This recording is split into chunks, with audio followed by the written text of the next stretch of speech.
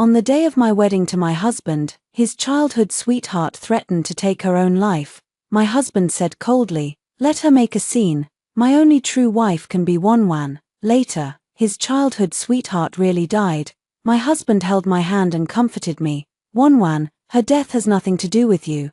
I thought my husband's affection for me was deep, so I used all the family's resources to help him rise to power. He succeeded in taking the throne, but on that very day, he wrote a letter of divorce to discard me and then tortured me to death. Su-Wn, if it weren't for you, how could you have died?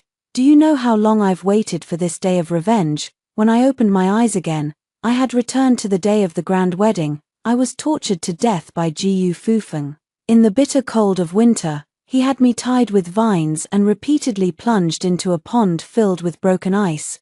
My whole body trembled, and my bones went numb. He stood on the shore, hands behind his back, a smile on his lips, but his eyes were red. He must have thought of his long-departed beloved. Su-Wn, are you cold? You died on a winter day just like this. She must have been so cold, so afraid. A woman like you, being drowned in a pig cage is your best fate. Gu Fufeng waved his hand, ordering the servants to push me into the pond.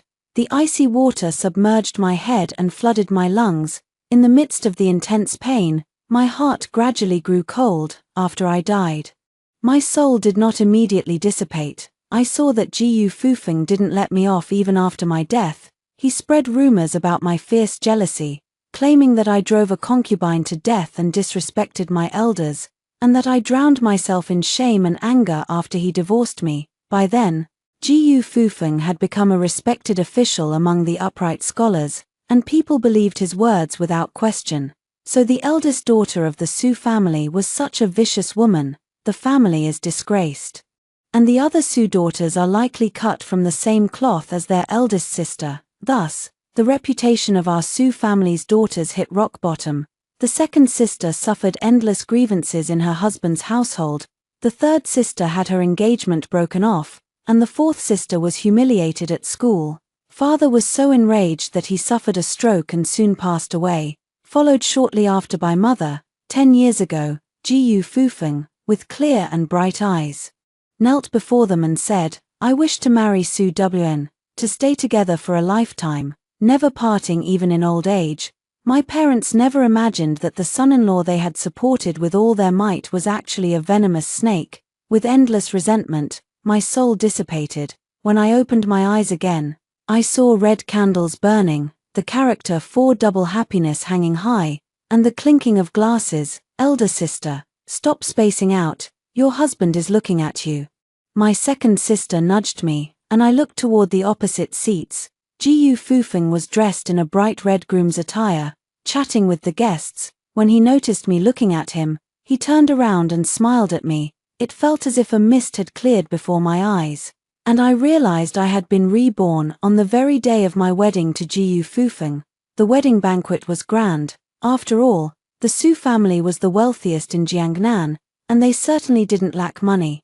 Although Gu Fufeng came from a humble background, he was, after all, the newly appointed top scholar in the imperial examinations. 6 months ago, while on his way to the capital for the exams, Gu Fufeng passed by a silk shop and rescued me from being harassed by street ruffians.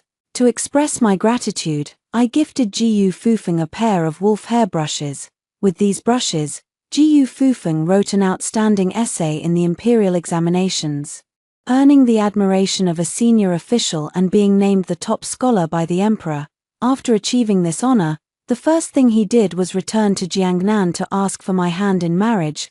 Talented scholars and beautiful ladies, the golden wind and jade do joyfully meet. Everyone believes our marriage is a match made in heaven. Seeing that I had been lost in thought just now, Gu Fufeng came to my side and whispered softly, "What's wrong, Wonwan? Are you feeling unwell? Is it that time of the month? Should I ask someone to make you a bowl of red date and ginger soup?" He is always so considerate. However, before Gu Fufeng could finish speaking, the front hall suddenly erupted in noise. A woman rushed in. She was dressed in a light-colored dress, with a slender figure, and her pale face was streaked with tears. The servant beside Gu Fufeng exclaimed in surprise, "Miss Cousin, What brings you here? That woman, known as the young mistress, came before me, hastily picked up the teacup, and knelt down to me. Madam, as soon as these words were spoken, the surroundings erupted in an uproar. I quietly watched this pitiful woman. Her name is Suyue, and she is Jiyu Fufeng's cousin. In my previous life, she had also burst into my wedding banquet with Jiyu Fufeng in the same manner. She even offered me a cup of tea like this, addressing me as the mistress. In our dynasty, this is the procedure for serving tea to a concubine. In my previous life, Jiyu Fufeng scolded Suyue, ordered the servant to drive her out, and then said to me, "My cousin doesn't understand the rules, please don't take it to heart." He then held my hand and came before my parents, declaring that he had no intention of taking a concubine and would only be devoted to me. Although my parents were unhappy about the disruption at the engagement banquet, seeing Jiyu Fufeng firmly standing by my side, they didn't say anything more. Later, I married Jiyu Fufeng and devoted the Su family's resources to support him. He needed to curry favor with court officials, so the Su family purchased various rare treasures and curios to help him pave the way in the court and build connections. When the emperor sent him to suppress bandits, my father provided a large sum of silver, and my brother even infiltrated the bandit camp, risking his life to serve as an informant for him. All of this contributed to Jiyu Fufeng's steady rise in rank.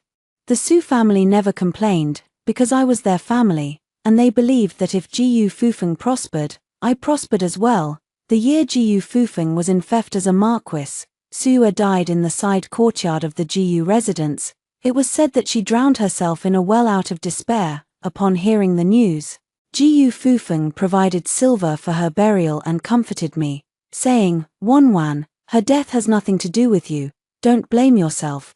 But in truth, Jiyu Fufeng had lied to me.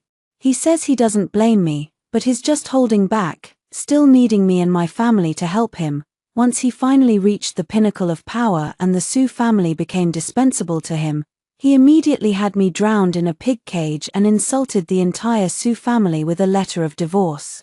Only then did I realize how deeply he had always loved Suyue. At this moment, Suyue kneels humbly before me, weeping as she pleads her case. "I grew up with my cousin, and we were betrothed since childhood, but later, my father was convicted and exiled, and the engagement was called off.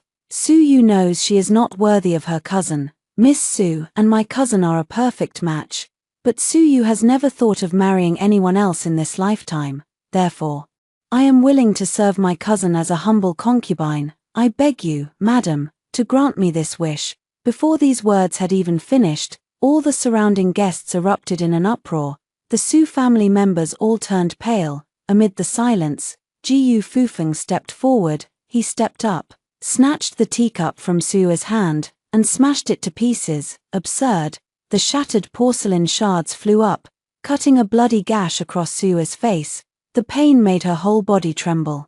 Yet she only bit her lip and remained silent. Jiyu Fufeng shouted loudly, "My family took you in out of pity for your loneliness and helplessness. What are you scheming now? Not to mention that our engagement was just a joke between the elders, something that was never meant to be taken seriously. Wanwan and I have just gotten married, and you come to the wedding to pressure her. This is utterly absurd." After saying this, Jiyu Fufeng coldly instructed the servant, "The young lady has lost her mind. Take her away." The servant obeyed the order and said to Suyue, "Let's go, Miss Cousin." Suyue lowered her eyelashes, tears streaming down her face, and was dragged away in a daze. Jiyu Fufeng took my hand and led me in front of my family, just like in the previous life. He began to promise how well he would treat me in the future. I stood by, watching him with a cold gaze. His hands were trembling slightly. While drinking, his gaze would unconsciously drift toward the door, even though he couldn't see anything. That was the direction Suyue had left. He is worried about her. The red candle burns like weeping tears. The guests have all left, leaving only me and Jiyu Fufeng in the bridal chamber. He held my hand. "Double-in." I quietly withdrew my hand. The timing should be about right. Sure enough, before Jiyu Fufeng could react, the servant shouted from outside, "Young master, something terrible has happened." Jiyu Fufeng was furious. "Tonight is our wedding night. Can't this wait until tomorrow?" The servant, gasping for breath, clearly having run all the way, said, "Miss Cousin." She threw herself into the lake. I saw Jiu Fufeng suddenly stand up, his whole body tense.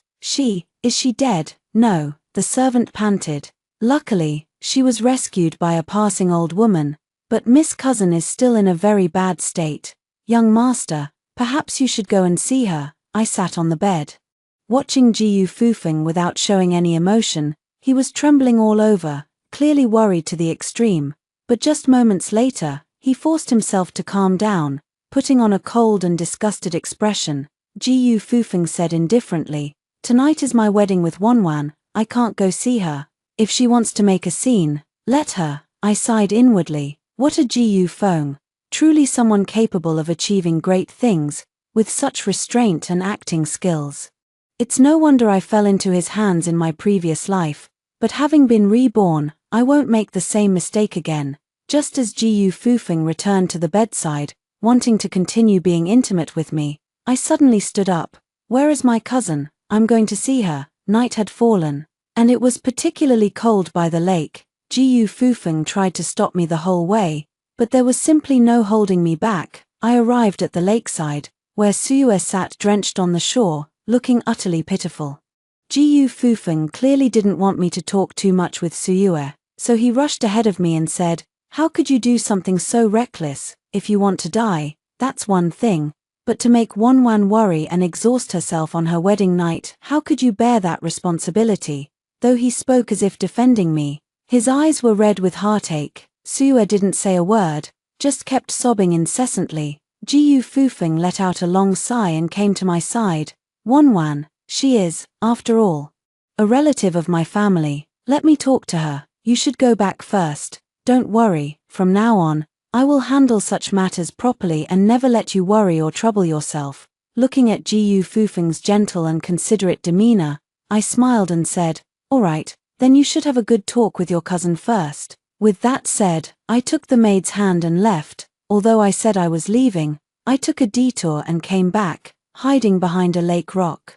I quietly listened to their conversation. I only heard Jiu Fufeng's tone, filled with both heartache and reproach.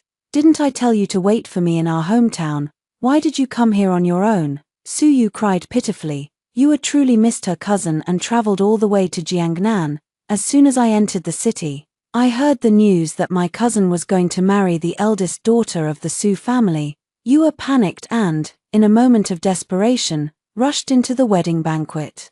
"Cousin, are you abandoning Yua? If even you don't want Yua anymore, what is Yua to do?" Jiu Fufeng held Suyu and said gently, "Silly Yua, how could I possibly abandon you? But I must marry Su Wn. You know, my father was stripped of his title by the emperor back then, and our family fell into decline. All their hopes are now on me. Although I have now achieved the top rank in the imperial examinations, I have no backing in the court. The daughter of the Su family is my best choice." Suyu said in confusion. No matter how wealthy the Su family is, they are still just a merchant family. Merchants may be considered the lowest class, but the Su family is an exception, Jiu Fufeng said gravely. Back when the Qiangrong invaded and the previous emperor fled south, the head of the Su family provided a large sum of military funds. As a reward, the previous emperor granted them the title of imperial merchants for generations. Moreover, a daughter of the Su family and the crown prince at the time fell in love, meaning that the current most favored consort Su in the palace is Su Wan's aunt. Right now, factional strife in the court is severe.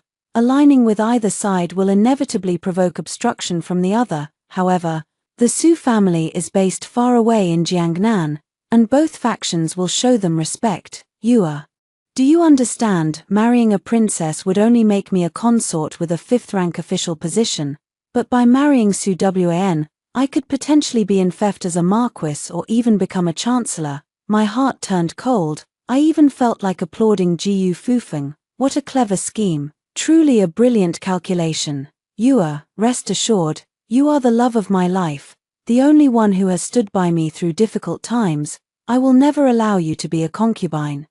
Once I reach the pinnacle of power, I will divorce Su Wan, and you will be my only wife. I understand. I finally understood everything that had happened in my past life.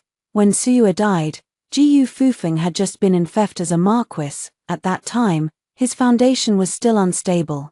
So he couldn't abandon me right away, but Suyu couldn't wait any longer, so she had someone deliver the news of her death to Jiyu Fufeng.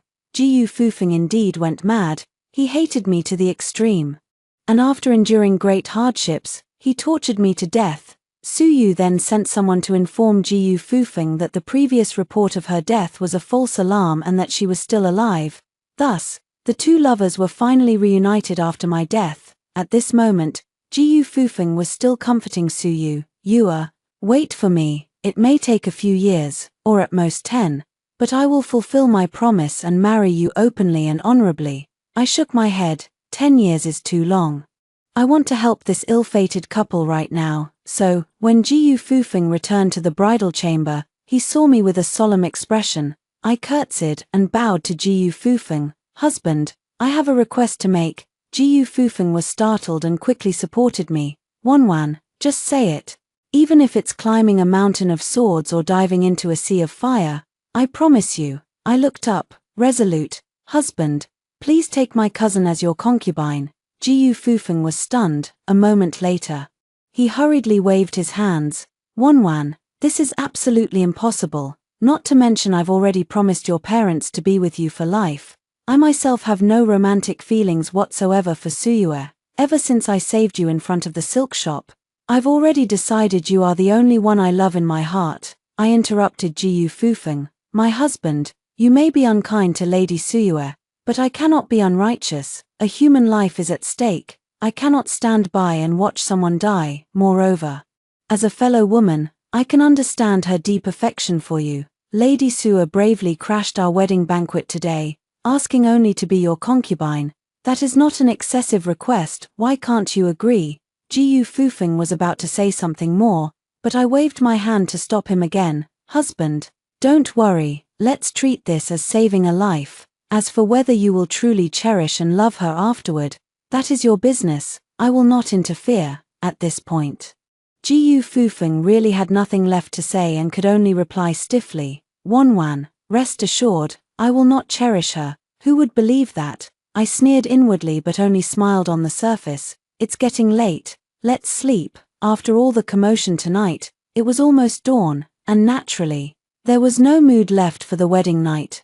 This suited me perfectly. After experiencing my past life, being intimate with Jiyu Fufeng again would be nothing short of torture. The next morning, when Jiyu Fufeng woke up, as if to make up for the previous night, he deliberately came closer to be affectionate with me for a while, but I had already nimbly gotten out of bed. Chuanshu, Xiaoliu, help me freshen up and have the servants prepare the sedan chair. We're going to pick up Lady Suyu. Before me was a delicate face, with willow leaf eyebrows and almond-shaped eyes, just like a lotus flower adorned with dew. I sighed. Lady Suyu is so exquisitely beautiful, even I feel moved by her. Why not let me take charge today and grant her to my husband as a concubine? Suyu suddenly looked up, her small face filled with panic and unease. Yesterday's move was merely a strategic retreat, meant to make Jiyu Fufeng pity her even more. How could she truly want to be a concubine, after all? According to the customs of our dynasty, even if the principal wife is divorced or passes away, one would simply find a replacement. There is absolutely no practice of elevating a concubine to the position of principal wife. If she were to be confirmed as a concubine, she would never have the chance to become Jiyu Fufeng's legitimate wife. So Suyu quickly held back her tears and said softly, I was indeed infatuated with my cousin before, but after seeing how affectionate he and Miss Su were yesterday, I realized that my cousin only has Miss Su in his heart. How could I possibly interfere? Therefore, I have already let go of my foolish thoughts. Jiyu Fufeng, sitting nearby, quietly breathed a sigh of relief. Likely pleased with Suyu's quick thinking, I smiled gently and asked, has Miss Suyu truly let go of her past feelings? Suyu lowered her gaze and replied, truly, that would be wonderful. I clapped my hands. In that case, as your sister-in-law, I shall arrange a marriage for Lady Suyu. As soon as these words were spoken, both Jiyu Fufeng and Suyu turned pale. Jiyu Fufeng managed to maintain his composure somewhat, but Suyu blurted out directly, no, She realized she had spoken out of turn as soon as the words left her mouth and quickly covered it with her hand, but it was already too late. I smiled leisurely and said, "Look, how could someone who has loved for over a decade let go so easily? It's clear that Lady Sua still loves my husband and refuses to marry another. In that case, I naturally must grant her wish, rest assured. As the eldest daughter of the Su family, I have been raised with strict discipline.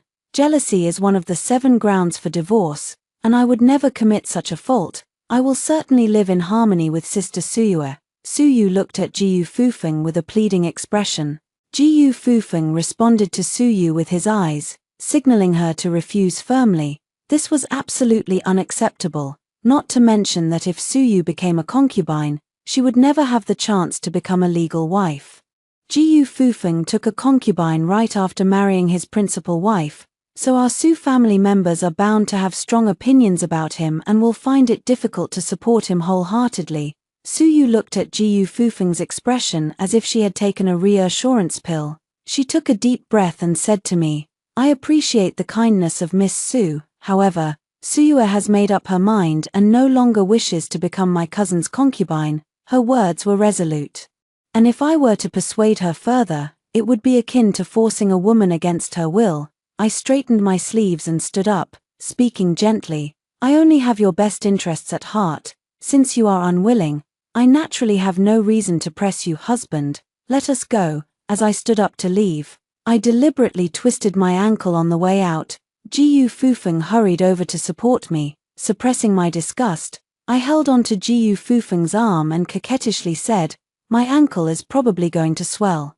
Darling Jiyu, could you get some medicated oil and rub it on for me?" After what happened with Suyu, Jiyu Fufeng had been on edge. Now that he had a chance to show his attentiveness, he eagerly replied, "Of course." In the courtyard, he applied the medicated oil for me, and the scene was truly heartwarming and affectionate. I quietly glanced over and indeed saw that by the window of the side room, Sua was watching our figures with a gloomy expression on her face. I smiled softly in my heart. I gave Chuanxu and Xiaoliu a meaningful look, and they immediately understood. "We'll go fetch tea for the young lady," though they said they were fetching tea. The two of them lingered near the side room, holding the tea and chatting idly about trivial matters. Chuanxu said, "Hey, have you heard? That Miss Liu from the east side of the city, suffering from both poverty and illness, cried out in pain all night last night and passed away this morning." Xiaoliu exclaimed in surprise, "How could it be so tragic? Didn't she have a childhood sweetheart cousin who became an official in the capital and promised to come back to marry her?" Chuanxu shook her head. "What use is a childhood sweetheart? That cousin married a beautiful and noble official's daughter in the capital as his wife. He and Miss Liu hadn't seen each other for years, and gradually, he forgot all about her." Xiaoliu sighed. "It's also because Miss Liu was too infatuated back then. Her cousin told her to wait, and she truly stayed here waiting, giving all the initiative to someone else. If she had insisted on following him to the capital back then, with her talent, beauty, and cunning, even if she couldn't become the official wife, she would at least have been a treasured concubine kept in a golden house. Her influence might not have been inferior to that of the main wife. How could she have ended up so tragically, dying of illness?" The sound of a teacup shattering after being accidentally dropped came from the side room. Chuanxu and Xiaoliu exchanged a glance and quietly slipped away. They returned to my side with the tea, and with one look, I immediately understood. The words I wanted Suyu to hear, she has already heard. "So, Suyu, do you dare to take the bet? Do you dare to bet that Jiyu Fufeng's affection for you will last until the seas run dry and the rocks crumble, never changing? I bet you don't dare, otherwise, you wouldn't have repeatedly crashed wedding banquets, faked your death, and used every trick in the book." Sure enough, just as Jiyu Fufeng and I were about to leave, Suyue suddenly rushed out of the side room. She came before Jiyu Fufeng and me, then knelt down and bowed. "Cousin, Yue regrets it. I only wish to follow my cousin. I don't care about status." She looked at me. "I beg you, madam, to grant me this." Jiyu Fufeng's face instantly turned ashen, like a dead man's, and I had to use all my strength to keep from laughing out loud. Soon after, the news spread that Jiyu Fufeng had taken a concubine on the very day after his wedding. It is said that even the Grand Secretary of the Cabinet in the capital, who had always held him in high regard, shook his head and sighed upon hearing the news. I had thought that although Jiyu Fufeng came from a humble background, his learning and abilities were exceptional, and I intended to take him as my final disciple. Who would have guessed he would behave so frivolously? As for me, people responded with sympathy. The Su family marrying their eldest daughter to the Jiyu family was undoubtedly a marriage beneath their station, hoping only that their daughter would not suffer in the future and that the couple would live in harmony and happiness. This Jiyu Fufeng is quite something, marrying a noble lady one day and taking a concubine the next. So impatient, could it be that he's already gotten that concubine pregnant and has no choice but to bring her in quickly? Jiyu Fufeng had no way to voice his grievances and could only plead with me. My dear, the rumors outside are spreading like wildfire. Could you help clear my name a little? I sipped my fragrant tea and sighed softly. Husband, it's not that I don't want to clear your name. But people believe that the innocent need no defense. If we spend too much effort trying to explain, I'm afraid it will only make things worse. In my past life, this was exactly how Jiyu Fufeng dealt with me. Suyu clearly jumped into the well herself, but the outside world spread rumors that I had driven her to her death. I begged Jiyu Fufeng to help clear my name, but he said, innocence needs no defense. The more you explain, the more it sounds like an excuse. Later, I found out that the rumors accusing me of driving Suyu to her death were actually spread by Jiyu Fufeng himself. Later, after he killed me, he even wrote a letter of divorce citing 3 of the 7 grounds for repudiation: infertility, disrespect to parents, and extreme jealousy, and sent it back to the Su family. The sisters of the family are bound together in honor and disgrace. When one suffers, all suffer. Thus, the reputation of the Su family's daughters plummeted overnight. And the futures of my 3 younger sisters were all tainted by my actions. Reputation is a lethal weapon, and Jiyu Fufeng knows all too well how to wield it against me. Even though I have been reborn in this life, this weapon still hangs over my head, preventing me from immediately breaking off the engagement or seeking a divorce from Jiyu Fufeng. Otherwise, my reputation would inevitably suffer, affecting my younger sister's future marriage prospects. But it doesn't matter, I can turn this weapon against Jiyu Fufeng. Soon, it was time for Jiyu Fufeng to return to the capital and take up his post. After arriving in the capital, I had someone spread the news that I had caught a cold from the exhaustion of the journey and would likely be unable to serve my husband for the next few months. I had already planted informants among the servants around Suyue, and before long, one of the maids came to see me in secret. I smiled, picked up a piece of ginger-flavored plum, and asked while eating, how did she react upon hearing the news? The maid whispered softly. She was almost beside herself with joy. Since noon, she has been bathing and dressing up, changing clothes several times, and even asked the nanny to apply the fashionable pear blossom makeup popular in the capital, saying that the master loves pear blossoms the most. I laughed. It's no wonder Sua was so elated, although being a concubine was not ideal. At least she wouldn't have to endure over a decade of lonely waiting and could now openly stay by Jiyu Fufeng's side, and it seemed as if heaven was helping her. As the primary wife, I fell ill as soon as I arrived in the capital, and the master couldn't possibly be left unattended at night. Naturally, it would fall to her, his only beautiful concubine, to take care of him. If I can take this opportunity to become pregnant, give birth to a firstborn son, and with Jiyu Fufeng's favor, then I will have a great chance to stand up to the main wife and no longer need to fear me. I smiled and said to the maid, aren't there many methods in the capital to aid passion and pregnancy? Things like incense and medicine, let her know about them all. I'm sure she'll be even happier.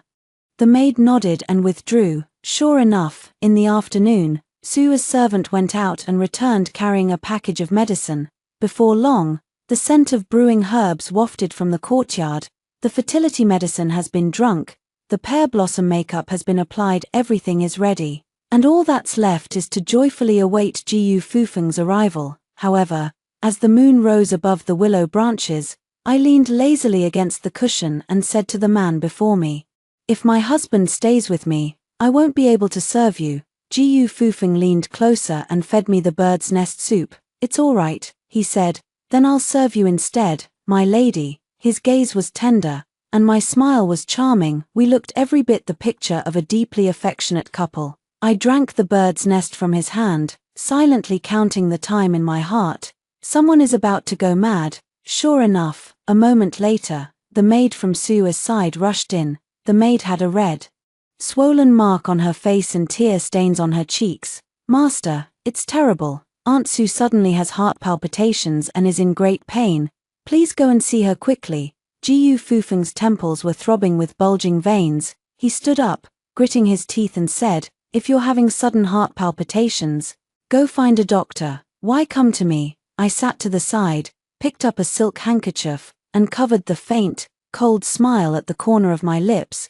Jiyu Fufeng didn't know that Suyue, filled with joy, had made so many preparations just hoping for him to come, yet he would rather stay by my side, someone who couldn't serve him, than go to her. What a devastating blow this was to Suyue, enough to drive one mad. And Suyu didn't know that although Jiyu Fufeng had just arrived in the capital, my people had already spread the word about him taking a concubine the day after his wedding. As a result, rumors were swirling, and everyone suspected he would favor the concubine over his wife. At this critical moment, even if I fell ill, he couldn't bypass me to dote on Suyu first, and all of this, I had anticipated, so I deliberately let Suyu's hopes and excitement reach their peak, only to douse her with a bucket of ice water. A woman who could throw herself into the lake multiple times was naturally fierce when she went mad. Sure enough, before this maid could finish speaking, another servant rushed in. Master, concubine Su is in unbearable pain and says she can't hold on any longer. She just slit her wrist with a piece of broken porcelain, and the blood is everywhere. She says she probably won't survive and only wishes to see you one last time. Jiyu Fufeng could no longer hold back. He rushed straight out the door and headed toward Sua's courtyard. I stood up, the moonlight streaming through the window lattice, casting a faint chill on my face. I had already checked. The medicine the servant brought to Sua this afternoon contained both fertility aids and aphrodisiacs. As long as Jiyu Fufeng can get through, she will surely have her wish fulfilled. We will all have our wishes fulfilled. A few days later, the scandal of the new top scholar Jiyu Fufeng spread throughout the capital.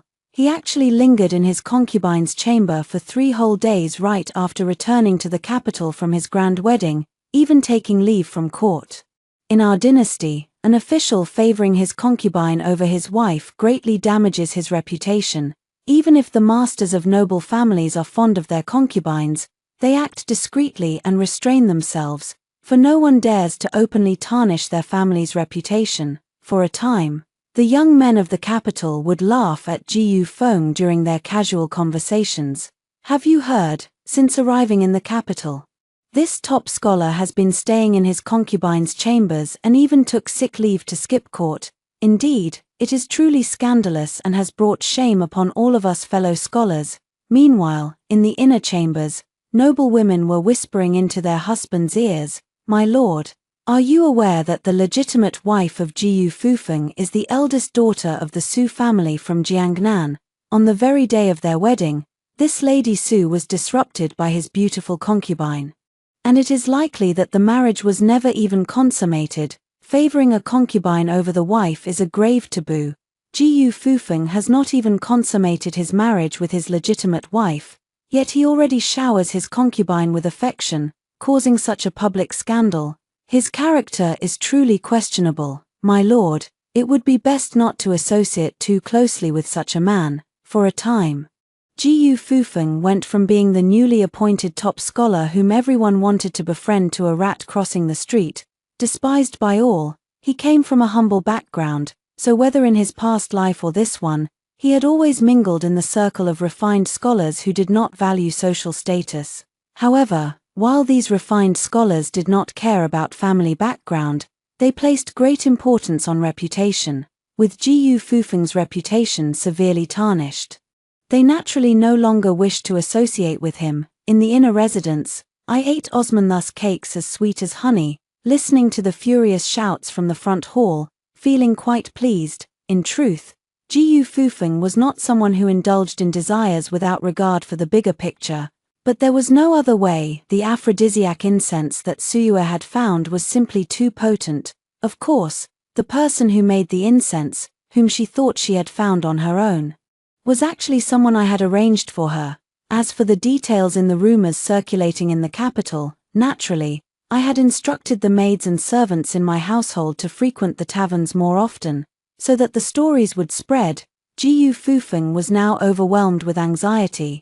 No matter which official's residence he sent a request to visit, he was turned away. The one to blame for all this was naturally Suyu, however. When Jiyu Fufeng found the aphrodisiac incense and confronted Suyu with it, Suyu knelt down in tears. "Cousin, you did use underhanded methods in a moment of foolishness, but it was only because I love you so much. Miss Su comes from a noble family, with both talent and beauty. If you were to grow tired of the old and forget about Yua, what would become of me? Miss Su has everything, but Yua only has you. Cousin." Yua was truly terrified, so I thought, if I could serve you and share an intimate moment with you, even if you were to blame me or even kill me afterward, I would accept it willingly. She crawled on her knees to Jiyu Fufeng, grabbed his hand, and pressed it against her belly. "Cousin, look, he's moving, we're going to have a child." Jiyu Fufeng was initially filled with rage, but upon hearing this, he couldn't help but freeze in surprise. Suyu pressed her delicate, dewy face against Jiyu Fufeng's knee and said softly, "Yua only wishes to bear this child for you. After that, whether Miss Su sells me off or kills me, I will accept it willingly." Jiyu Fufeng remained silent for a long time. Finally, he patted Suyue's head and let out a long sigh. "Idiot." Outside the window, having heard all of this, I turned and left without a word. Chuanshu and Xiaoliu followed closely behind, unable to hold back their anger as they whispered in my ear, "The master is too unreasonable. Aunt Su has ruined his career to this extent, yet he still dotes on her." I gently stroke the crimson polish on my fingertips and say, "Jiyu Fufeng is someone who calculates everything and desperately climbs his way up, and Suyue is the person he met and connected with during his humble youth, representing the only genuine warmth in his cold life. So it's only natural that he can't bear to let her go." Chuanshu and Xiaoliu still looked indignant, so I waved my handkerchief. "All right, there are only a few people in this household. If Jiyu Fufeng can't bear to lay a hand on Suyue, he might just turn his schemes toward me. Instead of wasting your energy on anger, why not go burn a few sticks of incense before the Buddha and pray for your young lady's safety?" Chuanshu and Xiaoliu's faces turned pale, and they immediately chanted Amitabha Buddha as they rushed towards the prayer hall. I smiled. If the gods are willing to bless me, that would naturally be a good thing. If the gods are unwilling, I have my own ways to save myself. Calling over the servant beside me, I said calmly, "Aunt Su's pregnancy needs careful attention. Go and invite the best physician in the capital." The physician the servant brought was quite a character, with a complexion as if powdered, lips red and teeth white. Anyone who saw him would call him handsome. In front of everyone, I entrusted this handsome physician with an important task. I've invited the physician here primarily to ensure Aunt Su's safe pregnancy. Whether it's prescribing medicine or dietary supplements, choose only the best and most expensive. If anything is lacking, just let me know, and I will use my own savings to cover the expenses. Besides Aunt Su, there is another person who also needs the physician to check his pulse daily, and that is my husband, Jiyu Fufeng. I wiped the corner of my eye with a handkerchief and said with concern, "Now that the Jiyu residence is deserted and unwelcoming, my husband is feeling depressed, has no appetite, and is growing thinner by the day. I truly see it with my own eyes and feel anxious in my heart. If my husband's health deteriorates, the Jiyu residence will have even less hope in the future. Therefore, I ask the physician to check my husband's pulse daily and prescribe medicine to help regulate his health. If his complexion can improve, the heavy burden in my heart will also be lifted." After saying all this, I knew that my reputation for virtue would once again spread throughout the capital. Sure enough, even when Chuanshu and Xiaoliu went out to buy needles and thread, they could hear people gossiping everywhere. The principal wife of the Jiyu family, Lady Su, is truly a generous and virtuous woman. Her husband favors his concubine over his wife, and the concubine became pregnant first, yet she holds no grudge. Instead, she used her own savings to ensure the concubine's safe pregnancy. All for the sake of her husband's descendants, and when her husband fell ill, she even hired a physician to check his pulse daily, showing endless concern and anxiety. To marry a wife, one should seek virtue. To have a wife like Susha, what more could a man ask for? When I heard these words, I laughed until tears welled up in my eyes. It was truly laughable. In my previous life, I genuinely loved Jiyu Fufeng, but in the end, I was burdened with a tarnished reputation and dragged my entire family's name through the mud. In this life, I have been nothing but calculating, yet the outside world praises and glorifies me, hailing me as the most virtuous woman in the capital. Only my mother and a few younger sisters wrote to me, asking if I was unhappy. Elder sister, that man surnamed Jiyu doesn't seem like a good person. If he has wronged you, just come home. This was from my second younger sister. Don't worry about reputation either. At worst, none of us Su family daughters will marry, and we'll all stay by mother's side until we grow old. This was from my third younger sister. The fourth sister couldn't write yet, so she drew me a crooked smiling face. It means, be happy. I smiled and drew a smiling face on the letter in return. No matter how unhappy the past was, the future will be filled with happiness. I won't have to wait much longer. The physician had been coming to the estate for over half a month. On this day, he came to report to me as usual. I draped on my cloak and said with a smile, "It's stuffy inside. I was just thinking of taking a walk in the garden. Why don't you accompany me, doctor, and give your report as we walk?" The physician replied, "Perfect. I noticed several flowers in the garden that can be used for medicine, and I was just thinking of taking a closer look, and so I went to the courtyard with the physician. I took out a packet of candied fruit and handed it to the physician. He looked down, gave a gentle smile, and then tucked it into his robe. Just then, a sharp crack sounded from behind. It seemed as though someone had stepped on a branch on the ground. I turned around, but the garden was completely empty, with no one in sight. The physician said, "Strange, it seemed like there was someone behind the bushes just now." I smiled and said, "It's fine. That person has already seen what they wanted to see, so naturally, they've left." The person hiding in the bushes was, of course, Suyue. After becoming pregnant, she would stroll in the garden every day after meals as a form of relaxation. I deliberately timed it perfectly to run into her. According to the informants I had placed, that day, Suyue saw me and the physician and immediately turned around in pleasant surprise, darting off toward Jiyu Fufeng's room. Cousin. Suyue arrived breathlessly in front of Jiyu Fufeng. Jiyu Fufeng had recently been scolded by the elder and was feeling quite agitated.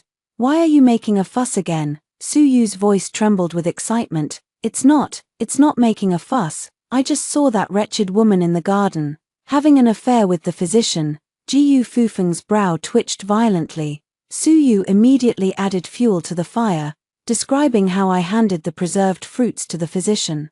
How the physician immediately accepted them, and how familiar and intimate their gestures were. Jiyu Fufeng sensed Suyue's deliberate exaggeration and frowned, saying, "In the end, it's just a pack of preserved fruits. That doesn't prove there's an affair between them, does it?" Suyue shook her head. She grabbed Jiyu Fufeng's hand and said excitedly, "Cousin, this one incident might not prove it, but when you think about it along with other details, there must be something going on between them. Think about it, your body isn't actually suffering from any illness, yet that wretched woman insists on having the physician come every day. How suspicious is that? So, the medical visits are just a pretense, the real purpose is to meet in secret." Jiyu Fufeng's expression turned completely cold. He clenched his fist. "Adultery is one of the 7 grounds for divorce, punishable by drowning in a pond. How dare Su-Wn do this?" Suyue covered her stomach, unable to contain her excitement. She had thought it would take 10 years to bring me down, but never expected that heaven would take pity on her. The opportunity was right before her eyes. "Cousin, you have always doted on me and never consummated the marriage with that wretched woman." Naturally, she grew lonely and restless, and couldn't resist the temptation to seek someone else. Jiyu Fufeng's face turned pale with anger. whether he has feelings for me or not. I am his lawful wife. For him, a lawful wife having an affair with another man is a profound humiliation to his dignity. He called the servant. You, immediately take some people and drive that physician out of the mansion.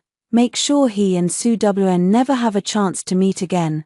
The servant was about to carry out the order when Jiu Fufeng suddenly grabbed him and pulled him back. No, Jiu Fufeng murmured softly.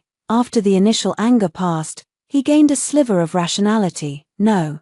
They must come, only then can I be saved. Jiu Fufeng's eyes grew brighter and brighter. He turned to the servant and said, I will write a letter immediately. Take it to the Grand Secretary for me. In a few days, it will be my birthday. I want to invite the Grand Secretary and my fellow disciples to my home for a drink. Late at night, the servant reported everything to me. I smiled and rewarded him with a handful of silver before dismissing him.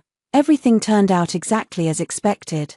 I knew that with Jiu Fufeng's intelligence, he would surely think of the strategy of relieving the besieged by besieging the base of the besiegers.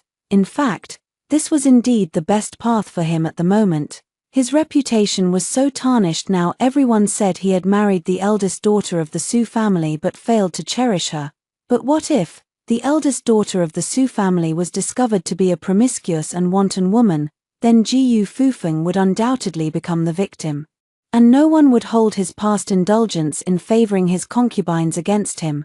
Therefore, even if Lang Zhong and I had no private affair, Jiu Fufeng had to make sure we did. Sure enough, early the next morning, Jiu Fufeng told me that he intended to invite the elders and fellow disciples to celebrate his birthday with a feast. However, his explanation was he would invite them to the largest restaurant in the capital, Wangyu Tower, when drinking with fellow disciples. One must enjoy to the fullest, so I will likely stay overnight at Wangyu Tower and not return home. The medicine for Su's pregnancy seems to be running out. The day the doctor comes to prescribe the formula, I'll have to trouble you, madam, to handle the arrangements. I understood perfectly. Jiu Fufeng was creating an opportunity for me to have a secret rendezvous. With my husband away from home, my lover would come to visit. When I felt at ease and went to meet the physician in private, I realized he had actually brought the Grand Secretary and others to the mansion for a drink, so I was caught red-handed. Jiu Fufeng's grand play had been arranged so brilliantly that even the audience was cheering for me. So, I nodded gently and said with a soft smile, Don't worry, my husband. He held my hand, and we shared a deep, affectionate smile.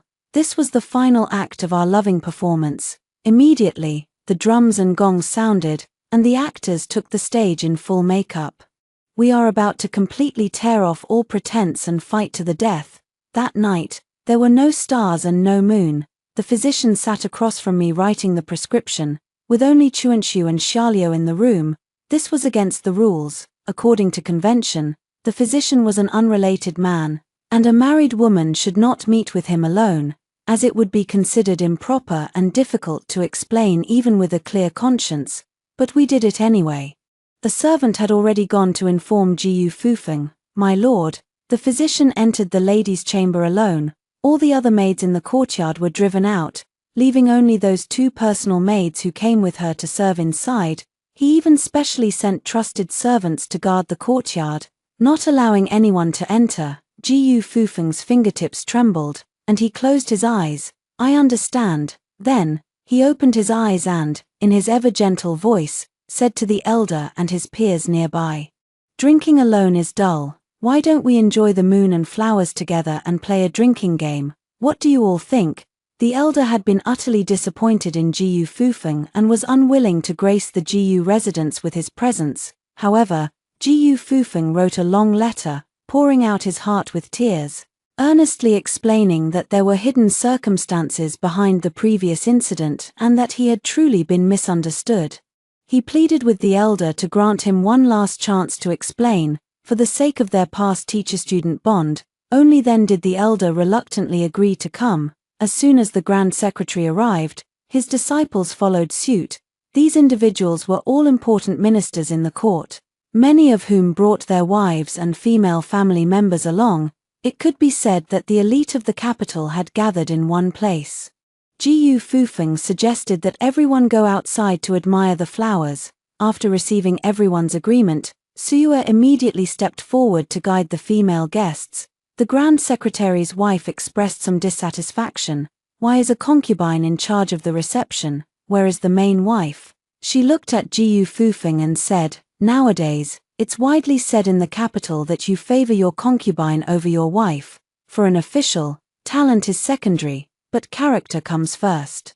You must not do anything that goes against moral principles." Jiyu Fufeng bowed, revealing a troubled expression. "I have studied the classics since childhood and received the teachings of the sages, so I naturally understand the principles you speak of, madam. But I am deeply devoted to Wanna, yet she is unwilling to be close to me. Take today's birthday banquet, for example. It should have been Wanna who hosted the guests. But she claimed she was unwell and only wanted to rest in the courtyard. I had no choice but to ask Suyue to serve in her place." Suyu, dressed in a light-colored silk dress, also looked pitifully charming as she spoke. "I often advise the master to go to the main wife's chamber, but the main wife simply refuses to share a room with the master. I even suspect that the main wife might have someone else in her heart, which is why she refuses." Before she could finish, Jiyu Fufeng sternly rebuked, "Silence." Suyu immediately knelt down, tears welling up in her eyes. Jiyu Fufeng rubbed his forehead in silence, appearing to tacitly acknowledge what Suyu had said. The expression on the Madame Ji's face turned unpleasant. "I've seen the Su family's Wanna even before she entered the inner chambers. And she was always such a sensible and good girl. How could she be as you described? There must be some misunderstanding." Jiyu Fufeng quickly clasped his hands and said, "In that case, could I ask you, madam, to help persuade Wanna a little, if there is any misunderstanding? Resolving it today and fostering a loving relationship between husband and wife would be the best birthday gift for me." Suyu also hurriedly said, "Yes, if the master and mistress are in harmony. I won't have to bear the reputation of a seductress anymore. I will lead the way for you now." With that said, the lady of the minister's household couldn't refuse, so she came to my room. Many official wives followed her, while the male relatives, guided by Jiyu Fufeng, admired the flowers by the crabapple trees beside my courtyard. The audience had finally gathered. Suyu and Jiyu Fufeng exchanged a silent glance, their excitement palpable. Then, Suyu pushed open my door and let out a scream. "Madam, you, with the physician." Hearing the noise, Jiyu Fufeng immediately rushed in. The clamor of voices was like boiling water. I watched the bursting lamp flame and smiled silently. "They're finally here." The physician was tied up by the servants and pressed to the ground. I was surrounded by the crowd in the center. The crowd of womenfolk swarmed around, while the men, unable to enter the room directly, all gathered in the courtyard to listen for any commotion. After all, it was such a major scene of catching an affair, no one wanted to miss out on the excitement. I knelt on the ground, my face pale, and looked at Jiyu Fufeng with tearful eyes. "Husband, there must be some misunderstanding. I swear there is no improper relationship between the physician and me." Before Jiyu Fufeng could speak, Sua spoke first. During this time, she was the seductress everyone in the capital denounced, while I was the virtuous woman praised by all. Now that nearly all the noble women of the capital are gathered here, she couldn't wait to show them what kind of person this so-called virtuous woman really is.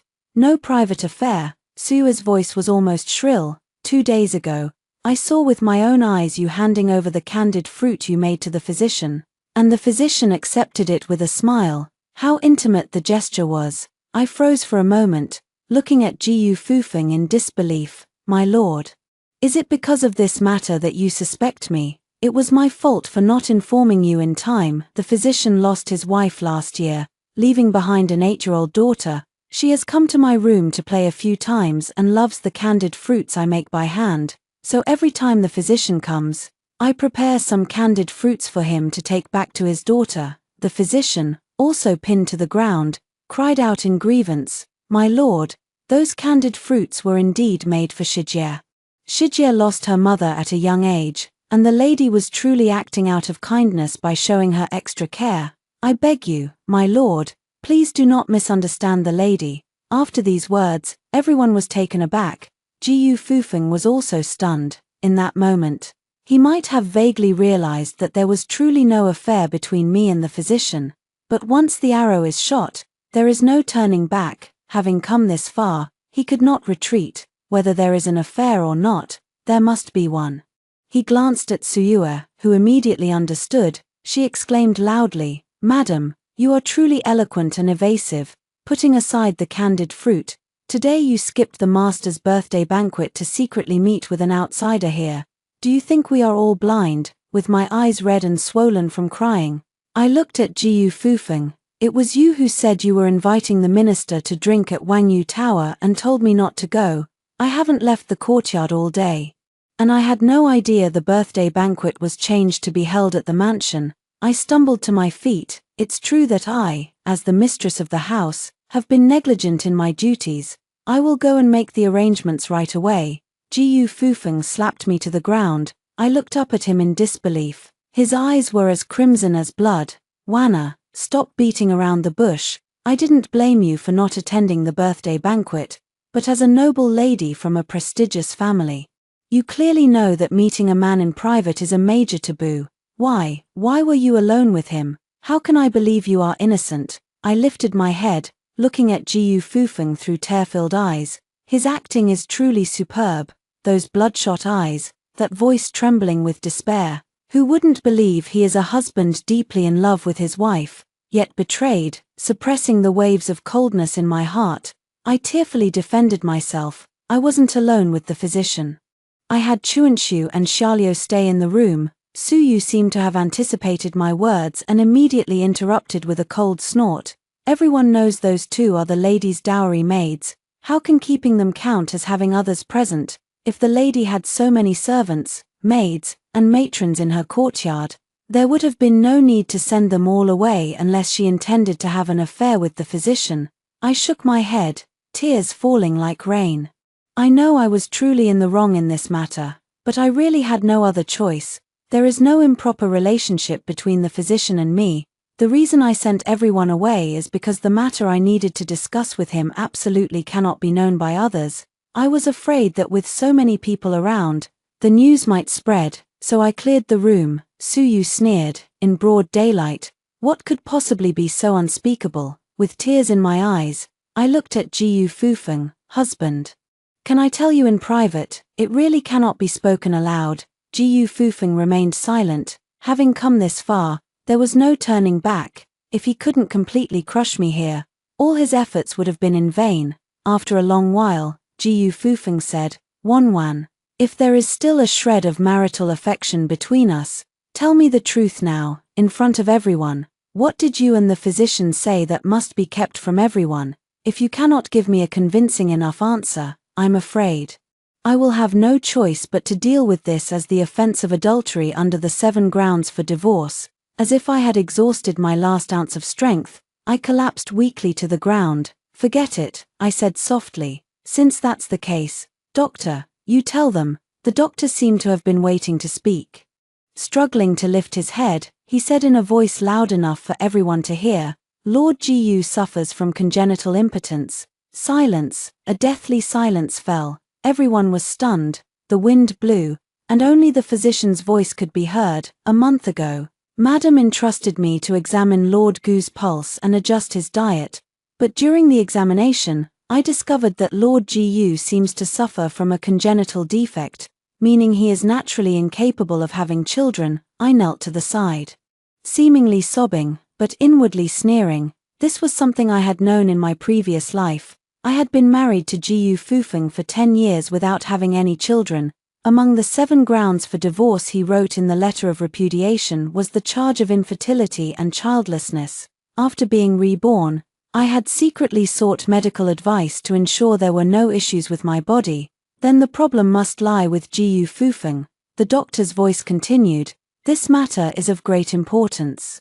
Not only does it severely damage a man's dignity, but it also affects the family's lineage. Master Jiyu has been deeply troubled lately, and if he were to suffer such a heavy blow, he might fall gravely ill. Therefore, after discussing with Madam, we decided it would be best not to tell Master Jiyu for now. Today, The lady summoned me to secretly inquire if I had found a cure for the condition of natural impotence. I have already reported to her that physicians are not gods. And this illness cannot be cured. All of the lady's actions are to protect the Lord's dignity. I truly have no improper relationship with her. The physician's words finally came to an end. I lifted my head and grabbed hold of Jiu Fufeng's robe hem. Husband, he ignored me. The room was eerily quiet.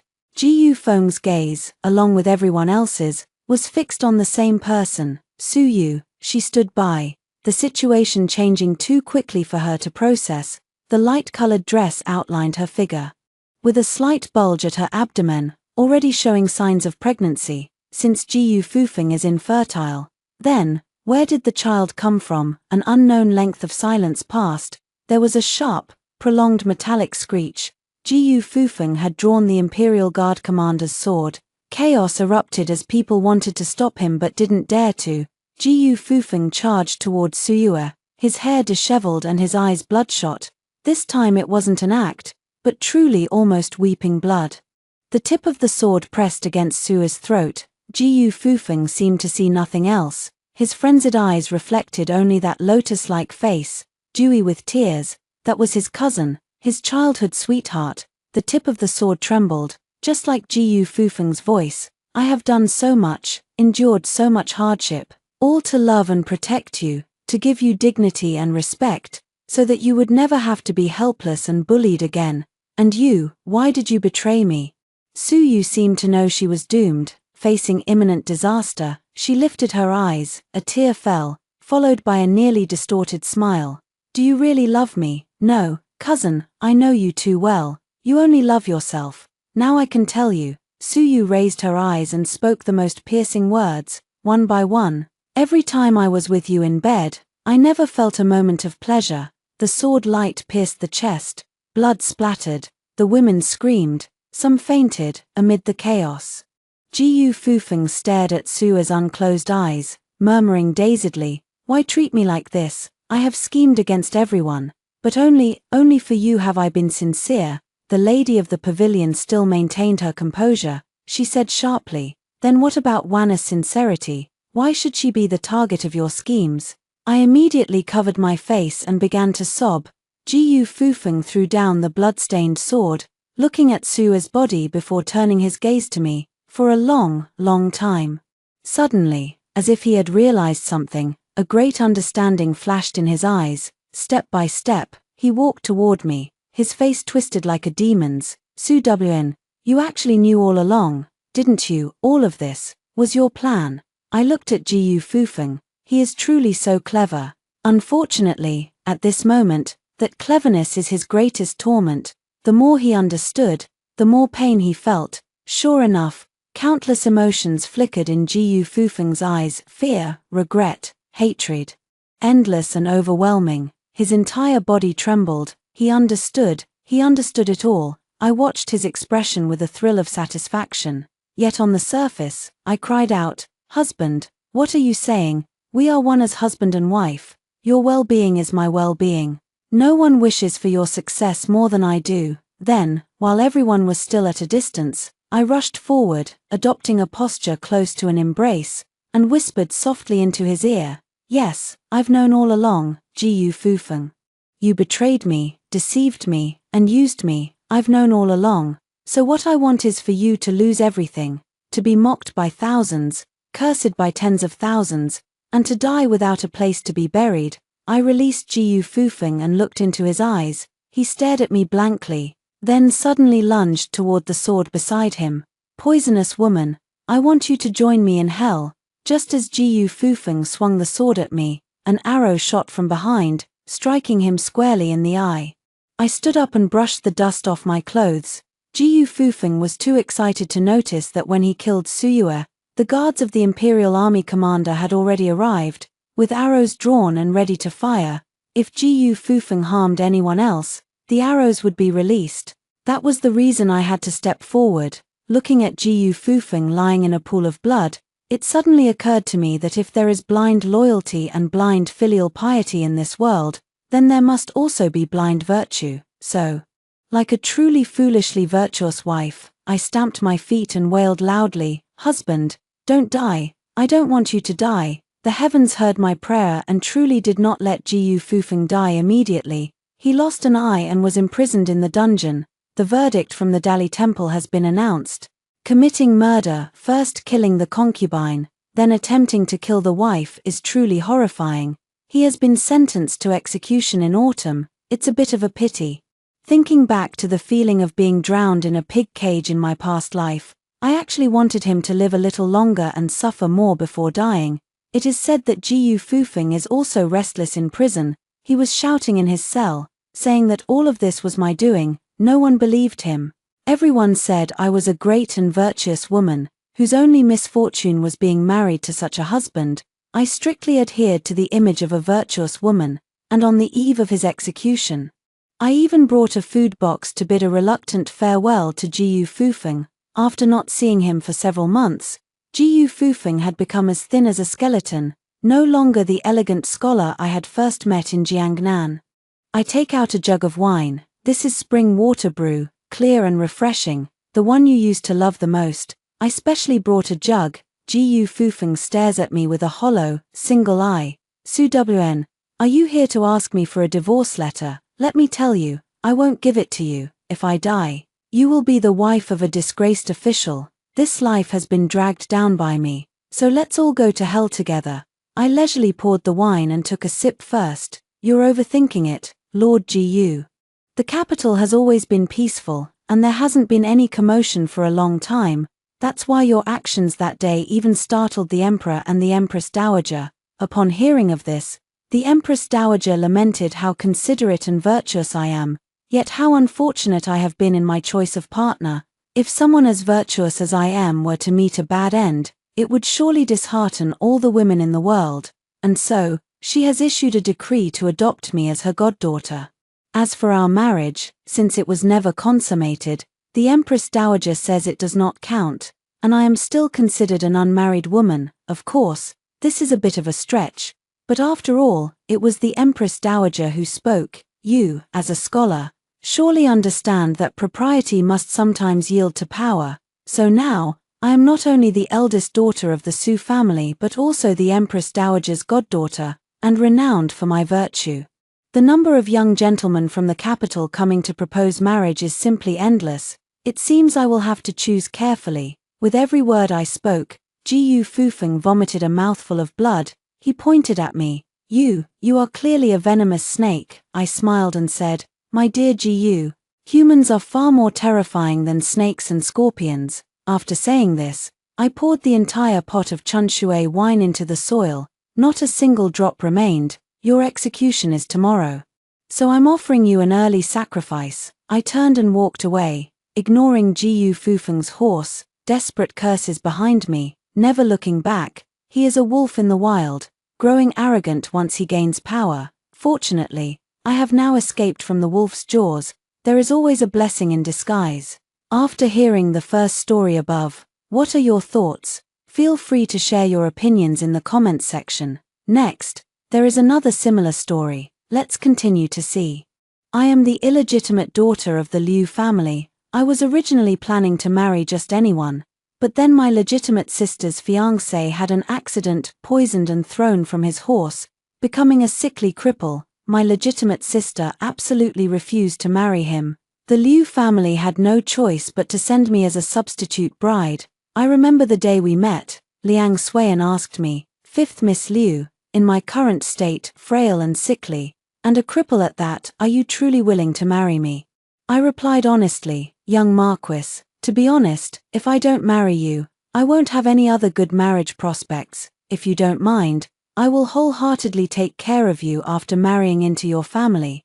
If you pass away, I will find a nunnery to become a nun and chant scriptures for you every day." He burst out laughing. I am the daughter of the maid who accompanied the lady as part of her dowry, because my mother was beautiful.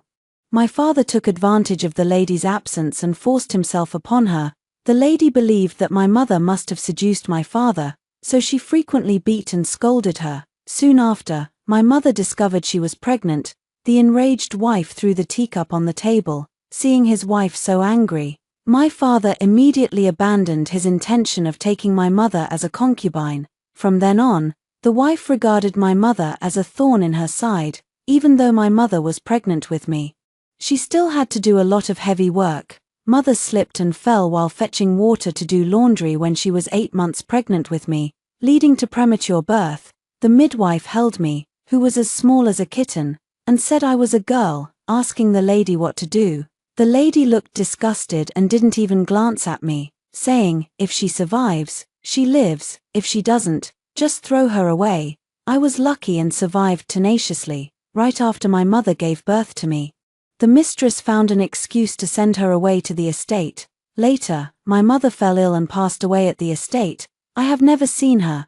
I was raised by my wet nurse. My wet nurse was a very, very good person. From childhood, it was my wet nurse who took care of me. In the Liu family, there were also a few sisters. All of us were daughters of concubines, and we lived in the maple courtyard. However, the difference is, they all have mothers, while I only have a wet nurse.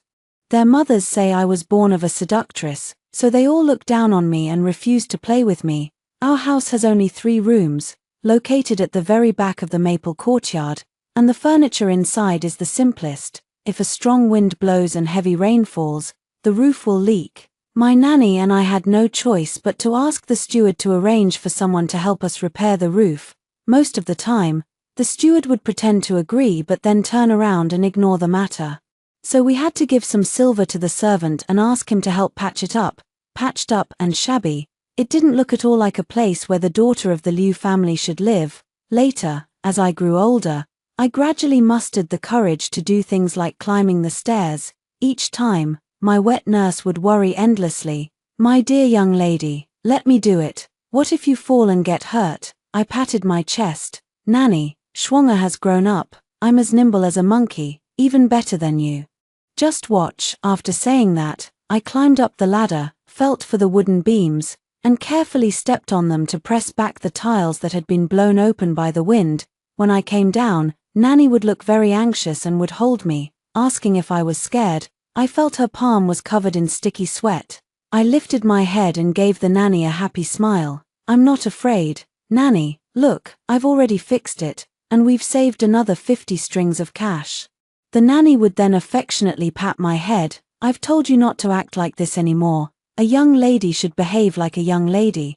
But aside from being a daughter of the Liu family, in what way do I truly resemble a young lady? The servants always treat people differently based on their status. Every month when the allowance is distributed, the nanny sets aside a portion to reward the servants. My wet nurse and I had 3 meals a day, and we were basically able to fill our stomachs. But sometimes we still got spoiled food. At such times, my wet nurse would stomp her feet in anger, cursing those people as black-hearted and rotten-hearted. Thinking that I was nearby, my wet nurse would stop cursing after a few words, afraid of corrupting me. Fortunately, my wet nurse had a pair of skillful hands and would find ways to make me something delicious. And she would eat those meals. Due to malnutrition, I often fell sick and had fevers when I was a child. My nanny would hold me all night long, wiping my body and rubbing my palms to make me feel more comfortable.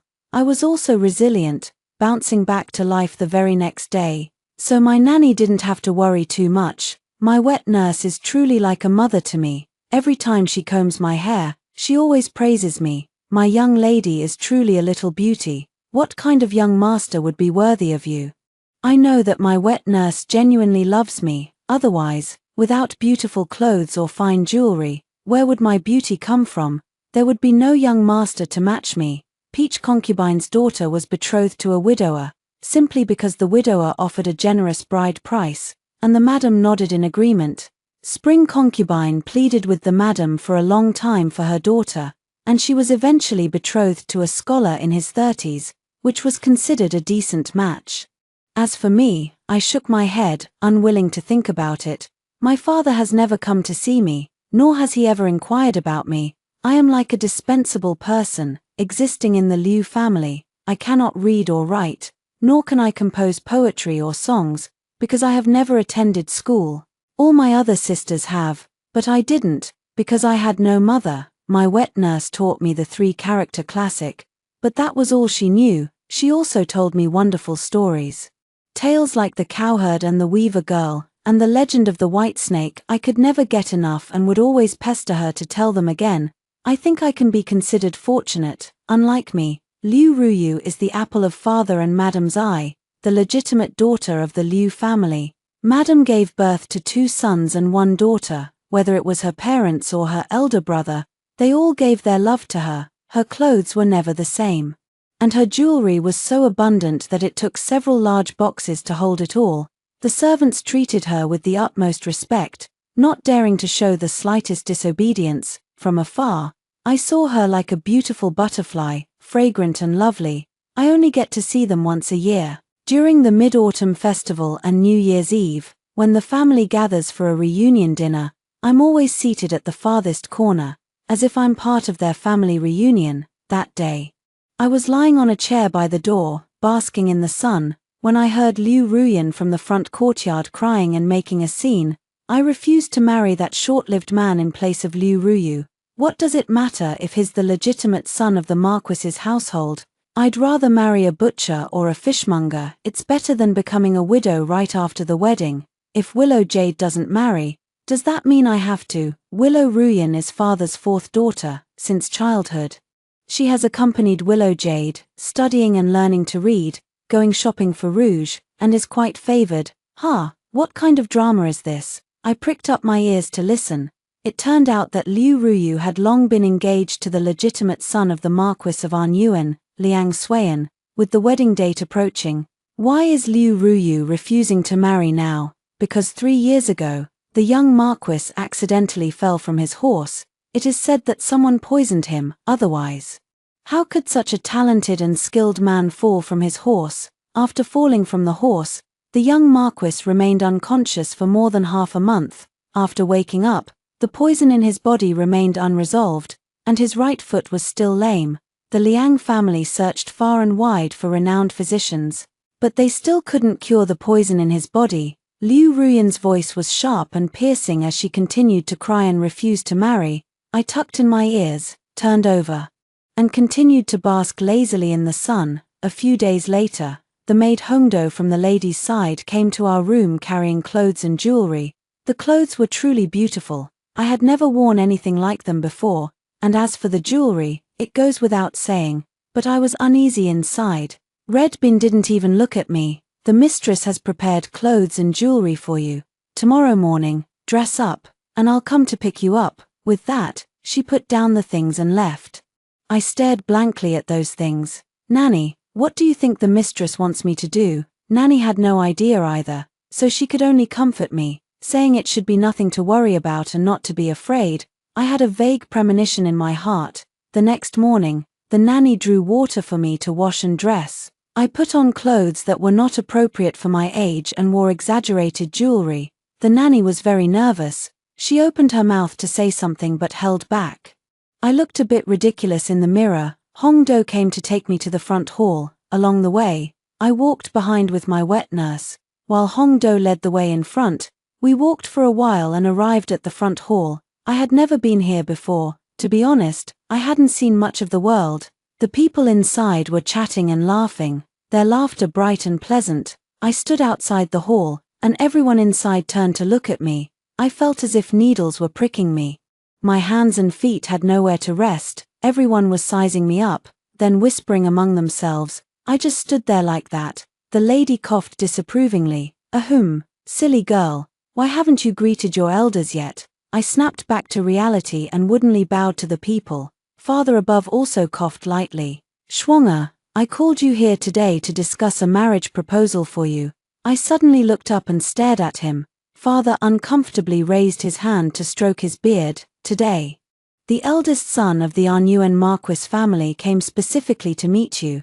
It was then that I noticed a man sitting across from me. Though he remained silent, his gaze held a gentle warmth as he looked at me. Behind him stood a handsome, slender young man who was also watching me. I blurted out without thinking, "Young master, isn't this my legitimate sister's fiancé?" As soon as these words were spoken, everyone present gasped in shock. The madam was so furious that she lost all sense of decorum, her beautiful face contorted as she glared at me with intense anger. What do you know, girl? Ryu has already made a vow before Guanyin to serve your father and me for another 3 years before she will agree to marry. What kind of person is the young Marquis? How could you? The people in the Marquis household were whispering among themselves, looking at me with disapproval, some even shaking their heads. The wet nurse was somewhat nervous, but she couldn't do anything from where she stood, so she could only look at me with anxious eyes. I truly don't understand why neither Liu Ruyu nor Liu Ruyan would marry him, and in the end, it falls to me. Although this eldest young master appears gentle in demeanor, his face is just a bit too pale. Uncle, aunt, everyone, please remain calm. I would like to speak with Fifth Miss alone for a moment, if that's all right. Liang Suian spoke up at just the right moment. The voice is really pleasant. Father instantly changed his expression and said with a smile, of course, of course. So, Liang Suian and I, under everyone's gaze, slowly walked out of the front hall and headed toward the garden in the backyard. Liang Suian's leg was indeed injured, making his walking less fluid. The person behind him followed us, pushing a wheelchair. After walking for a while, his face turned pale, and he clutched his chest in pain. Seeing this, the young man immediately helped him into the wheelchair. I stood by, unsure of how to help. Liang Suian sat in the wheelchair and waved me off. He took a handkerchief from his pocket and wiped the sweat from his forehead. He seemed to say apologetically, Frost sister, I'm sorry. You see, my body is just like this, always sickly. I actually don't want to ruin your marriage prospects, the young man behind him defended. Young master, please don't worry about the Liu family anymore. Feiyun, you're talking too much. Liang Suian interrupted the young man with displeasure. Oh, his name is Feiyun, but Feiyun's mouth just wouldn't stop. My young master is a renowned, dashing, and handsome figure in the capital, personally selected by the emperor as the top scholar. The one betrothed to my young master is your Liu family's eldest legitimate daughter. Back then, she was practically desperate to marry into our family. When the young master encountered trouble, out of kindness, he took the initiative to propose breaking off the engagement, but your parents thought it was a lie, suspecting he had taken a fancy to someone else, and stubbornly refused to cancel it. The young Marquis turned pale and said in a deep voice, Feiyun. I listened quietly. Feiyun continued to voice his indignation. Now, with the wedding date approaching, your young lady is refusing to marry no matter what. My young master says it's fine to call off the engagement now, but I don't know what's going on with your family, or why they're unwilling to break it off. Most likely, they can't bear to let go of the connection with the Marquis's family. That's why they've pushed you forward, after pouring out all the words in one breath. Feiyun glanced guiltily at Liang Suian. This is all so shocking to me. My family is so shameless. I secretly glanced at Liang Suian. His expression remained unchanged, still sitting quietly in the wheelchair. Frost sister, I am no longer the spirited person I once was, now I am sickly and lame. After saying this, he let out a self-mocking laugh and shook his head. Are you willing to marry me? I was stunned, not expecting him to ask so directly, seeing that I didn't answer. He said softly, it's all right. The reason I came to meet you today is to personally explain that if you are unwilling, the Marquis's household will certainly not force you. To be honest, I didn't have much hesitation in my heart. My birth gave me no status whatsoever in the Liu family, and the marriage to the Marquis's household was something I could only dream of. I nodded. I am willing. People, it's not true that they aren't selfish. To be honest, my master and mistress are just too shameless. Young Marquis, actually, if I don't marry you, I don't have any good marriage prospects to choose from. Everyone says my mother is a seductress, a woman who climbed into bed. I have no presence at all in the Liu family. I haven't learned anything, and I can't do anything. Are you sure you want to marry someone like me? Liang Suiyan was still looking at me with a smile. No problem, I'm what others call a short-lived ghost. Marrying you is actually me holding you back. Hearing him say that, I felt a wave of emotion in my heart. It's such a pity that he's so handsome, yet both sick and lame. I patted my chest and said to him, my situation in the Liu family is not good at all. I think you know that, young Marquis. Rest assured, if I marry into your family, I will serve you well and help you live a few more years. If you don't look down on me, I will be wholeheartedly devoted to you. But, I paused, unsure if I should say it. What if? I mustered up my courage. If you die, I'll find a nunnery, shave my head, and become a nun. I'll chant scriptures for you every day. I couldn't help but laugh out loud when I saw Liang Xuan and Feiyun. My face flushed red. What's wrong with that? It's true. If I married him and Liang Xuan died, I probably wouldn't be able to stay anyway. I might as well become a nun. I lowered my head, twisting my handkerchief. This handkerchief is quite pretty, all right. You've had a hard time in the Liu family, and I don't have long to live either. It's quite fitting for the two of us to come together. I promise you, if I die, I will set you free and grant you your freedom. I looked up at his words, meeting his gaze. His eyes were calm and unruffled, gently reflecting my image. In that case, I will formally come to propose in a couple of days. A gentle breeze rose, and my hair swayed slightly along with the reeds by the pond. So a few uneventful days passed, and I was just having breakfast with my wet nurse. Suddenly, the door was kicked open. You wretch, come here. Liu Ruyu's voice was shrill and domineering. I was holding the porridge and got a big fright. The wet nurse hurried forward to greet her, bowing her head and saying, "Miss, I wonder what brings you here to our place so early in the morning." She didn't even glance at the wet nurse and walked straight up to me. A slap landed hard on my face. "With your status, how dare you dream of marrying into the Marquis's household?" This morning, the Marquis's household sent over the betrothal gifts, 3 letters and 6 etiquettes, for betrothals and 5 golds, a grand procession with 8 bearers. "You bastard, you think you're worthy." Her face twisted as she glared at me fiercely. "So that's how it is. Clearly, she herself didn't want to marry, and Liu Ruyan didn't want to either. He's a short-lived ghost. Whoever marries him is destined to be a widow." My face stung with a burning pain, and I bit my lip to endure it. She raised her hand again to strike me. I covered my face and ran backward, while the nanny knelt down before her with a thud. "Miss, please calm your anger. I don't understand why you are hitting our young lady for no reason." Liu Ruyu raised her leg and kicked the nanny right in the chest. "How dare a lowly servant like you speak?" The nanny lay on the ground in pain, and I was furious, shouting at her, "Hey, if you want to go crazy, go do it somewhere else. Why take it out on us?" I helped the nanny up. Her lips were turning purple, as if she were injured. "Nanny, are you okay?" The nanny shook her head, comforting me. My heart ached immensely, and I turned to glare at Liu Ruyu. "Get out of here right now." Liu Ruyu looked at me as if challenging me. "And if I don't, what can you do about it?" With that, she covered her mouth with a handkerchief and chuckled softly.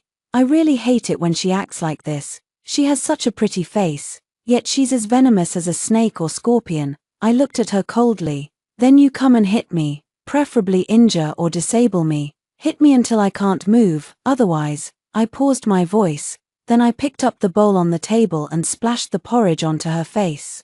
I looked at her disheveled appearance and couldn't help but burst into laughter. The servants also covered their mouths and snickered. As Liu Ruyu had often mistreated them in the past, Liu Ruyu stood there with her mouth wide open, frozen in place, and only after a moment did she let out a loud scream. "Ah!" Liu Ruyu raised her hand to slap me. I grabbed her hand and sneered. "Miss, is slapping all you know how to do?" She was extremely angry, her face flushed red. "The little wretch born of a lowly woman has no manners at all." I had heard enough of these words and didn't care, so I retorted with a sneer, "Yes, but I'm no match for the young lady. If I don't marry, I won't let others marry either. I don't care. I was born with a bitter and lowly fate, so I'm not afraid." I gently moved closer to her and whispered, "The master and madam have probably accepted the betrothal gifts by now. If you go and make a scene, saying you still want to marry the young Marquis, it might not be impossible. However, it depends on whether the Marquis's household will still want you." Liu Ruyu's eyes welled up with tears, and for a moment, she was speechless. With porridge dripping from her head, she covered her face and ran away. I watched her run off, most likely to complain to the mistress. Turning back to look at the wet nurse, she was still leaning against the wall. That kick was really vicious. Later, the mistress said I was ill-bred and disrespectful to my superiors.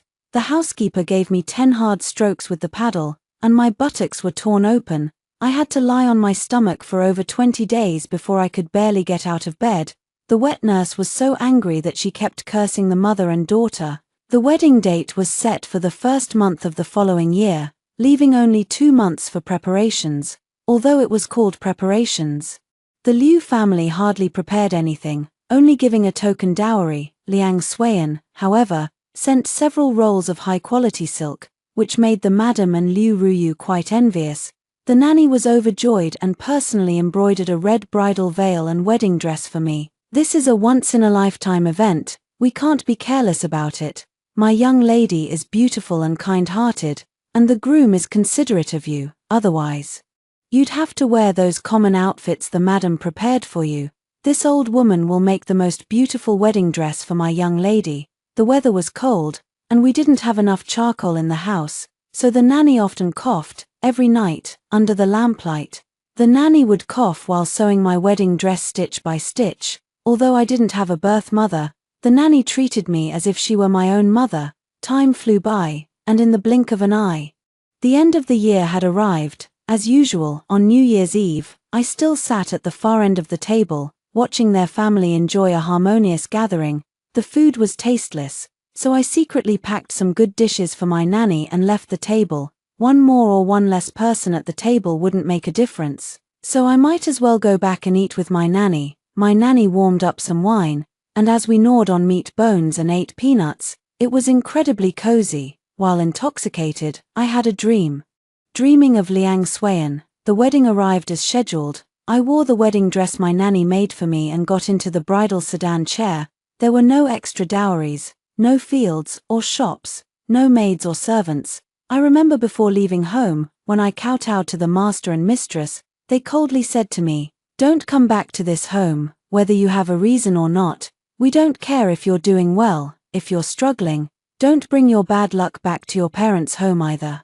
I kept these words firmly in my heart. Fine, I'll make sure to do exactly that. But I also made one condition. I had to bring my wet nurse along with her contract of servitude. Without a word, the lady ordered someone to fetch it. At this moment, I feel a bit grateful to her. Thankful that she was willing to give me the wet nurse. Liang Xuan personally came to fetch the bride, and when we arrived at the Marquis' residence, he even carried me through the door himself. Though I was wearing a bridal veil, my face still flushed red. "Young Marquis, please put me down quickly." He patted my hand, signaling that it was all right. He must have done his best, enduring the effort to carry me into the wedding hall, and then he was panting heavily, considering his physical condition. The wedding was not overly extravagant or boisterous, but it was not perfunctory or careless either. I was already very satisfied. In the evening, no one came to disturb the bridal chamber, and he and I sat quietly by the bedside. I don't know whether to call him husband or what, but he spoke first. "You've been tired all day, you must be exhausted, go to bed early." I immediately became nervous. "Well, young Marquis, recalling the words my wet nurse had instructed me, I grew even more nervous. He gently patted my head. "Since we are already married, you may call me Xuan, no need to be reserved. I shall call you Schwanger. Is that all right?" I nodded. "Xuan, Schwanger. That's good, it's okay. Don't be afraid, go to sleep." After saying that, he took a quilt and went to make a bed on the floor. I widened my eyes. Where was my mind wandering? I glanced at him with a slight apology in my eyes, then lay down on the bed, exhausted from the long day. I closed my eyes and fell into a deep sleep. The next morning, when I opened my eyes, I saw him already reading by the window. I sprang up immediately. "You're awake. Did I wake you?" I quickly waved my hand. Feeling too embarrassed to say such things, he called the servants in to help us freshen up and then brought in an exquisite breakfast.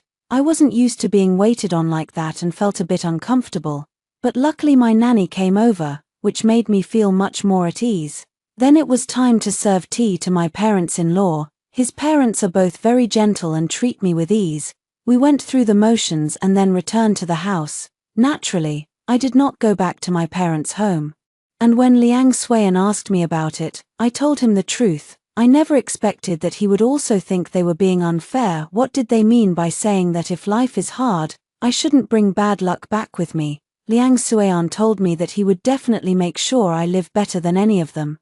My heart felt warm. Since I was a child, apart from my wet nurse, no one had ever treated me so well. I spent a few comfortable days in the Marquis's residence. Every day, Liang Suian would write and read, and I would sit beside him, learning to grind ink for him or nibbling on snacks. Several times, I got so bored that I fell asleep while eating, drooling all over the place, which made him laugh heartily. Fei Yun said happily, "Young mistress, the young master hasn't been this cheerful in a long time. It's really you who knows how to handle him. What's this all about? It's enough that they're laughing at me, but they're even finding new ways to tease me." I snorted and glared at them, then grabbed the snacks and ran off. On the night of the full moon on the 15th, I still slept on the bed, while Liang Suian slept on the floor.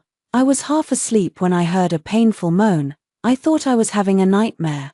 So I reached out and pinched my leg. It hurt. I opened my eyes and, by the moonlight, looked at Liang Suian on the floor. The moaning was coming from him. He was curled up, trembling uncontrollably. I immediately jumped out of bed and rushed to his side. "Suian, what's wrong? Why are you in so much pain?" He clenched his teeth tightly, forcing the words out through gritted teeth. "It's fine. I get this pain every month. You go back to sleep, it'll be gone by morning." "What do you mean it's fine?"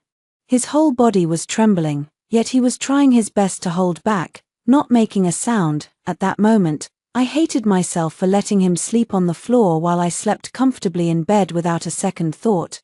I was about to call for help, but Liang Suian grabbed my hand firmly, shaking his head with a pained expression. "He's not going to call for help. Why must he endure such hardship?" Watching him suffer, I couldn't help but shed large tears. He and I spent a long, agonizing night together. When the rooster crowed, I saw Liang Suian let out a long sigh and then lay still on the ground. When I opened the door, Fei Yun rushed in immediately. Then, I saw Madame's trusted confidant, Shen Ma, waiting for me. Shen Ma took me to see his mother. Mother asked me with a grave expression, "Did you suffer a poison attack last night?" I nodded heavily, watching Liang Suian in agony but feeling utterly helpless. "Mother, please tell me, why is this happening?" Mother told me that the poison he was afflicted with was the Miaojiang Jiyu poison, the heart-devouring Jiyu. Outsiders all said Liang Suian was poisoned, but only a few knew the truth. He was bewitched. On every full moon night, the Jiyu worm would become excited and gnaw at his bones. If the Jiyu worm reached his heart, his life would not last long, and Liang Suian's leg was gnawed by this Jiyu worm. My heart felt as if pricked by a needle, sharp and painful. Who could be so cruel as to poison Suian? The lady shook her head. "A tall tree catches the wind. Lord Anyuan's remarkable achievements have made him a target for many. After all this time, there are still no leads." I asked the lady in disbelief, "Is there truly no way to cure this poison in this world?" The lady still shook her head, her face filled with pain. Yes. Her own child was tormented by the Jiyu worm every month until he was barely recognizable. How could she not feel heartbroken? She had indeed sought ways to lift the Jiyu curse. "My child, Suian is very stubborn. No matter how much pain he is in, he will endure it." After being cursed, he was unconscious for a long time. It wasn't until the night of the full moon that he was tormented awake by a piercing pain. Tormented awake, the lady continued to speak for quite a while.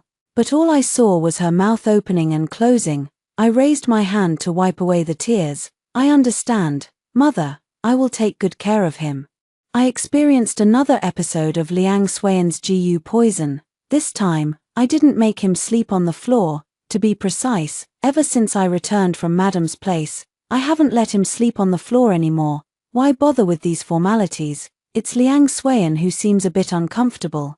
When he was suffering from the poison's effects, I touched his hand, and it was as cold as ice. I touched his face again, so cold, so icy. The moment I touched him, I sensed him tremble. I asked him nervously, "What's wrong? Are you feeling unwell?" He was too weak to speak and only shook his head. I tentatively grasped his hand again. He tried to pull away, but I held on tighter. In just a moment, that bone-chilling cold spread through my entire arm, but I noticed he seemed to feel a little better, so I took his other hand, and as expected, his breathing became slightly more steady. In that case, I lowered my head and began to undo his clothes. He knew what I was about to do and fiercely told me not to. But now, I am in charge. Stubbornly, I continued to take off his clothes, then removed my own as well. He turned his head away. I leaned over and pressed against his body. Cold, so cold, I couldn't help but gasp out loud, "Ah, so cold." He tensed up all over, squeezing out a few words through his teeth. "Don't do this, it's not worth it." "What do you mean it's not worth it? You are my husband, and I am your wife. How can I turn a blind eye and a deaf ear while watching you endure suffering? I cannot do it." Trembling, I moved my hands and legs across his chest and back, using my body heat to drive away the bone-chilling cold wherever I could reach. I don't know how long it had been, but I felt his breathing had steadied, and I too closed my eyes heavily. The first thing I said when I opened my eyes was, blushing, "Ah, who helped me put on my clothes?" Liang Xuan lowered his head and smiled. "Don't worry, it's me." Yes, I remember his body temperature gradually returning to normal, which meant he wasn't suffering as much anymore. I was very happy that I could finally be of some help to him. When the peach blossoms were in full bloom, Liang Xuan promised to take me to Peach Blossom Village to see the mountains covered in peach blossoms. That is a manor of the Marquis estate.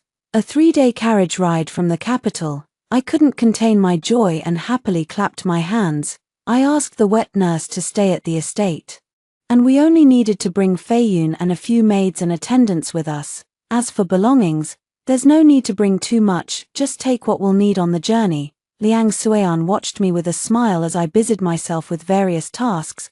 We had already simplified a lot, yet there were still enough belongings to fill 2 carriages. I held my head and sighed. "Oh my, how can there be so much? I only have a tiny bit." Liang Xuan came over with a smile and pinched my cheek. You've always been so good at talking nonsense. Whose are all those snacks and trinkets?" I stuck out my tongue and said slyly, "You can take it out to play when you're bored in the car." He smiled and shook his head. He has been in a much better mood lately, smiling more often. Both his father and mother have noticed it. His half-brother, Liang Suizong, often came to visit him and would talk about the latest happenings in the imperial court. I always felt that Liang Suizong had shifty eyes. When I mentioned this to Liang Xuan, he just smiled. He said that this younger brother had been very clingy since childhood and was extremely timid, not even daring to step on an ant. I see, it seems I overthought it. They have such a deep brotherly bond, unlike the Liu family. Along the way, I was as excited as a bird freed from its cage, wanting to look and see everything. We passed by a bustling market, crowded and lively. I lifted the curtain and strained my eyes to see. A crowd had gathered in one spot, buzzing with excitement as if some performance was underway. I immediately turned back and looked at Liang Xuan with pleading eyes. Seeing his expressionless face, I anxiously rubbed my hands together. He let out a light chuckle. "Just teasing you, look how flustered you are." "Stop the car," he called out softly. "Wow, that's great." I immediately hugged him. He stood still in place, while I had already hopped off the car excitedly. I struggled to push through the crowd and craned my neck to get a look inside. A shirtless, muscular man was performing the feat of breaking a large stone on his chest. With a loud roar, the hammer came down, and the stone split into 2 halves. The burly man sprang up in an instant, clapped his hands, completely unharmed. The crowd erupted in cheers, and then the burly man and his companion began collecting rewards from the people with a bowl. Coins clinked as they fell into the bowl. Just as I was about to give a reward, I realized I hadn't brought any money, so I instinctively turned around to look for Liang Xuan. He had already stood behind me and handed me a string of copper coins. Now that I had money, I generously threw the string of copper coins into the basin. The sound was different from scattered coins. With a thud, it drew everyone's attention to me. The burly man quickly bowed to me in gratitude, making me blush for quite a while, so I quickly grabbed Liang Xuan's hand, wanting to leave this place as soon as possible. "What's wrong?" Feeling shy, Liang Xuan asked knowingly. "This is my first time giving a tip too." I never expected spending money could feel so satisfying. We got into the carriage, and it was just half a day's journey to Peach Blossom Village. Along the way, many peach blossoms had already bloomed in bustling profusion, and I watched them as we traveled. Liang Xuan told me that Peach Blossom Village was even more beautiful, many times more beautiful than this. I didn't really have a concept of what many times meant, just how beautiful could it be. When I arrived at Peach Blossom Village, I understood. The peach blossoms by the roadside earlier were like a pond, but the peach blossoms in Peach Blossom Village were like a boundless lake, at a glance. Everything was a sea of pink, a gentle breeze blew, carrying a faint fragrance, and the sea of flowers rippled with the wind. No wonder it's called Peach Blossom Village. I stood by the car, stunned by the scenery, and couldn't help but shout out loud, "It's so beautiful, Atilda." I turned around and saw that Liang Xuan was also full of joy. Later, he told me that he had come a few times as a child, but due to heavy schoolwork, he never had the chance to come again. If it weren't for accompanying me, he wouldn't have had the opportunity to come. The village head had already prepared our accommodations and sent someone to fetch our belongings and put them in place. By the time we settled in, it was already dusk, and my stomach let out an embarrassing rumble. Liang Xuan thoughtfully asked if I was hungry. It was only then that I remembered ever since arriving at Peach Blossom Village, I had been so caught up in playing that I hadn't eaten any snacks, so I nodded emphatically. The evening meal was all related to peach blossoms, peach blossom fish, peach blossom pastry, peach blossom porridge. I ate until I was full, rubbed my stomach, and gave up the fight. In the middle of the night, I woke up with a stomachache, groaning and clutching my stomach. I woke Liang Xuan. "Schwanger, what's wrong with you? My stomach hurts, I don't feel well." I clutched my stomach and curled into a ball. He quickly threw on his outer garment and came to check on me with a lamp. He and I still had separate blankets, and although we slept in the same bed, we never crossed the line. "Here, let me massage it for you." My stomach was hurting, so I nodded in agreement. His hands were slightly cold, so he breathed on them, rubbed them together, and made sure they were warm before placing them on my stomach. The pressure was just right, and after a while of kneading, I felt a bit better. He flicked my forehead. "Next time, no matter how delicious it is, you're not allowed to eat that much." I knew I was in the wrong and promised not to do it again. I don't know when I fell asleep, but when I woke up, Liang Xuan was already reading. For breakfast, I specifically asked for peach blossom pastries and peach blossom porridge again. They were just too delicious. Although I kept glancing at Liang Xuan while eating, afraid he would say I was eating too much, the weather was lovely, and Liang Xuan said he would take me to explore the market. The market here is bustling with people coming and going. Vendors carry their loads, selling wontons and baked pancakes that smell delicious. I clamored to eat, threatening to throw a tantrum if I didn't get my way. Liang Xuan had no choice but to give in, reminding me to eat just a little and only taste it. Of course, I nodded vigorously. When we reached a quieter street, there were only a few scattered shops. There were only a few people on the road. A fortune teller had set up a stall and was resting with his eyes closed.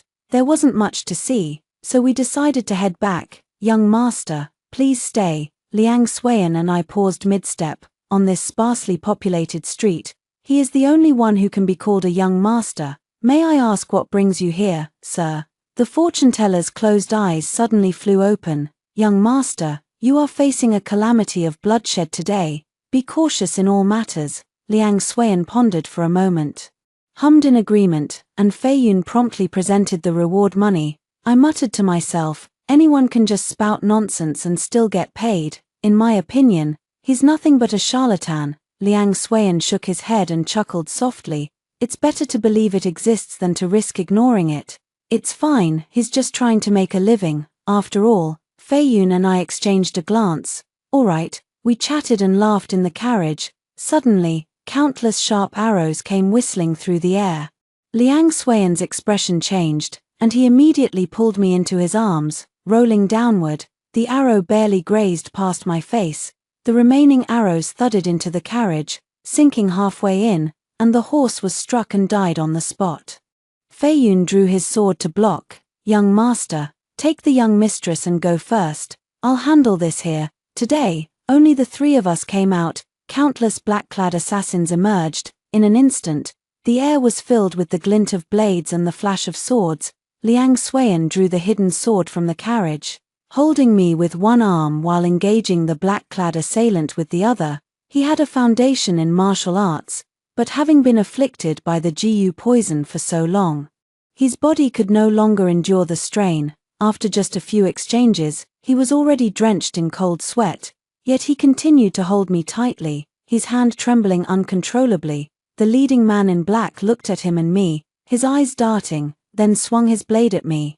Liang Xuan pushed me aside with one hand while raising his arrow to block the strike. With a clang, the sharp sword snapped in two.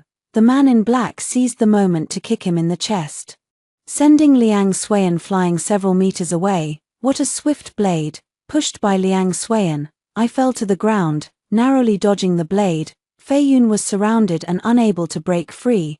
The man in black was clearly intent on taking Liang Xuan's life. After kicking him, he immediately raised his sword and swung it down with force. Without thinking, I grabbed a stone from the ground and hurled it at the man in black. Impartially, it hit the back of the black-clad man's head.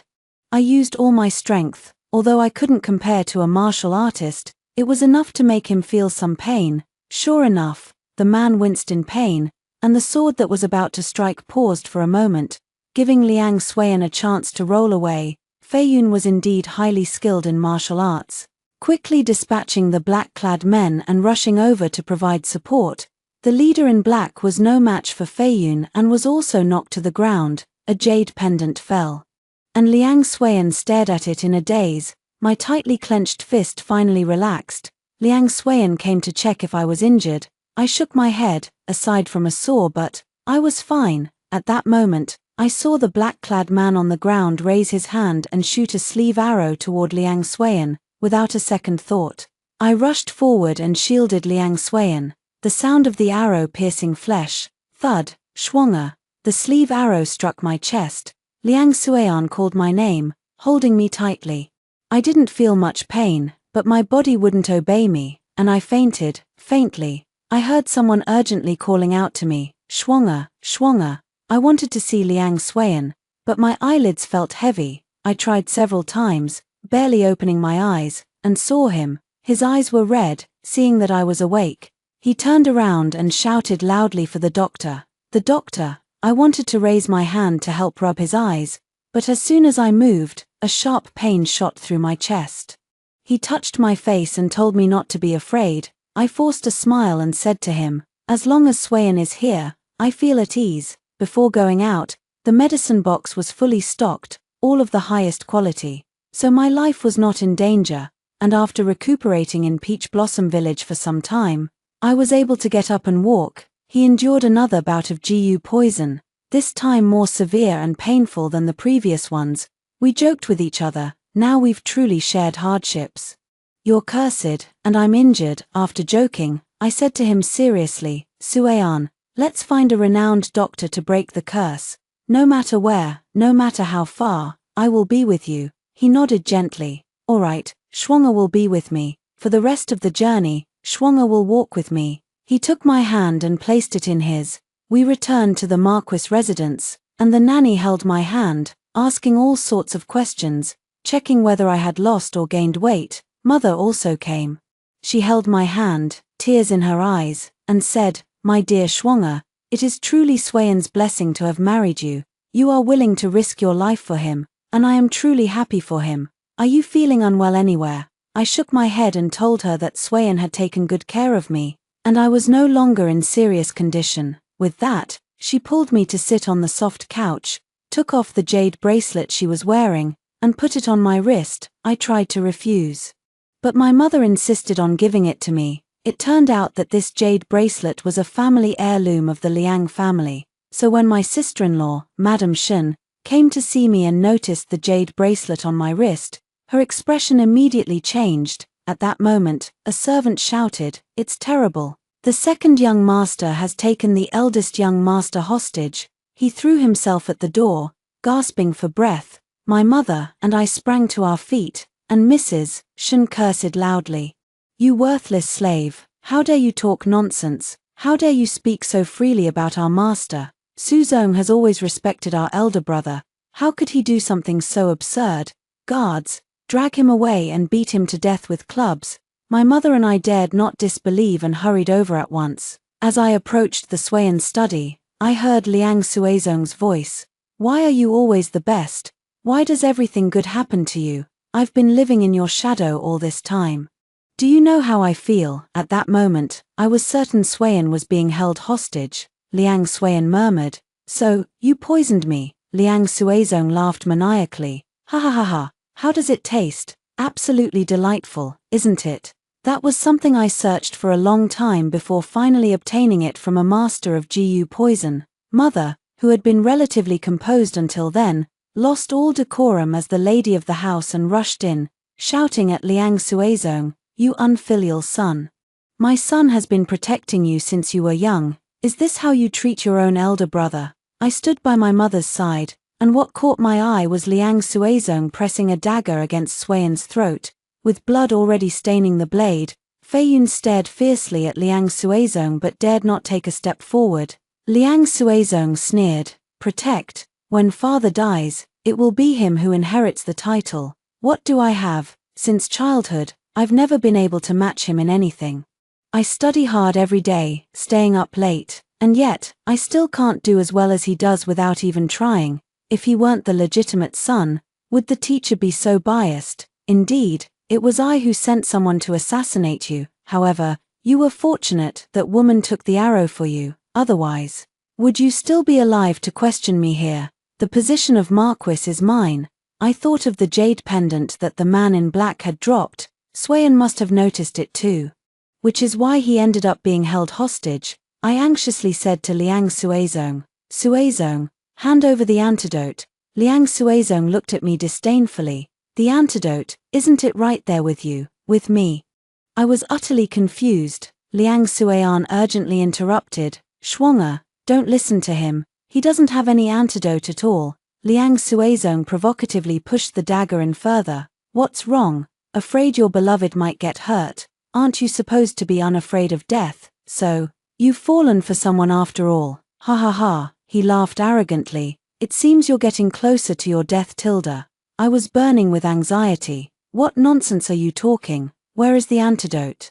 "Do not tell her," Liang Suian roared at the same time.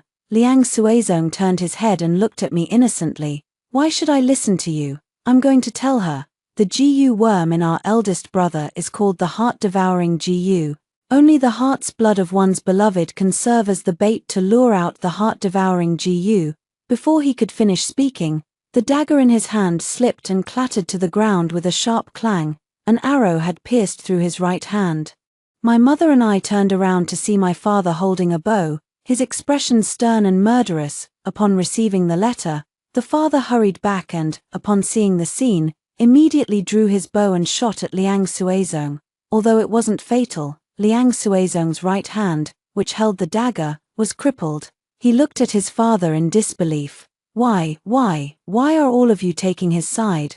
Father, why can you never see my efforts?" Father looked coldly at Liang Suizong. "I don't have a son like you, who shows no respect for elders and is ungrateful." He then ordered Liang Suizong to be placed under house arrest. I threw myself into Swayan's arms, thinking about how terrifying it had been. He patted my back, but his hand was trembling, although there was a way to lift the curse.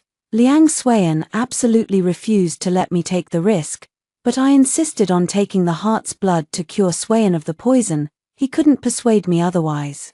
And my mother strongly urged him as well, so under the doctor's careful and cautious operation, the poison was extracted. The poison was blood red all over, plump and chubby. I couldn't help but retch. Swayan's health improved day by day, and his legs gradually returned to normal. Later, I became pregnant, and Swayan would read picture books to me every day to keep me entertained. Life was incredibly pleasant. During childbirth, the labor was extremely difficult, unexpectedly.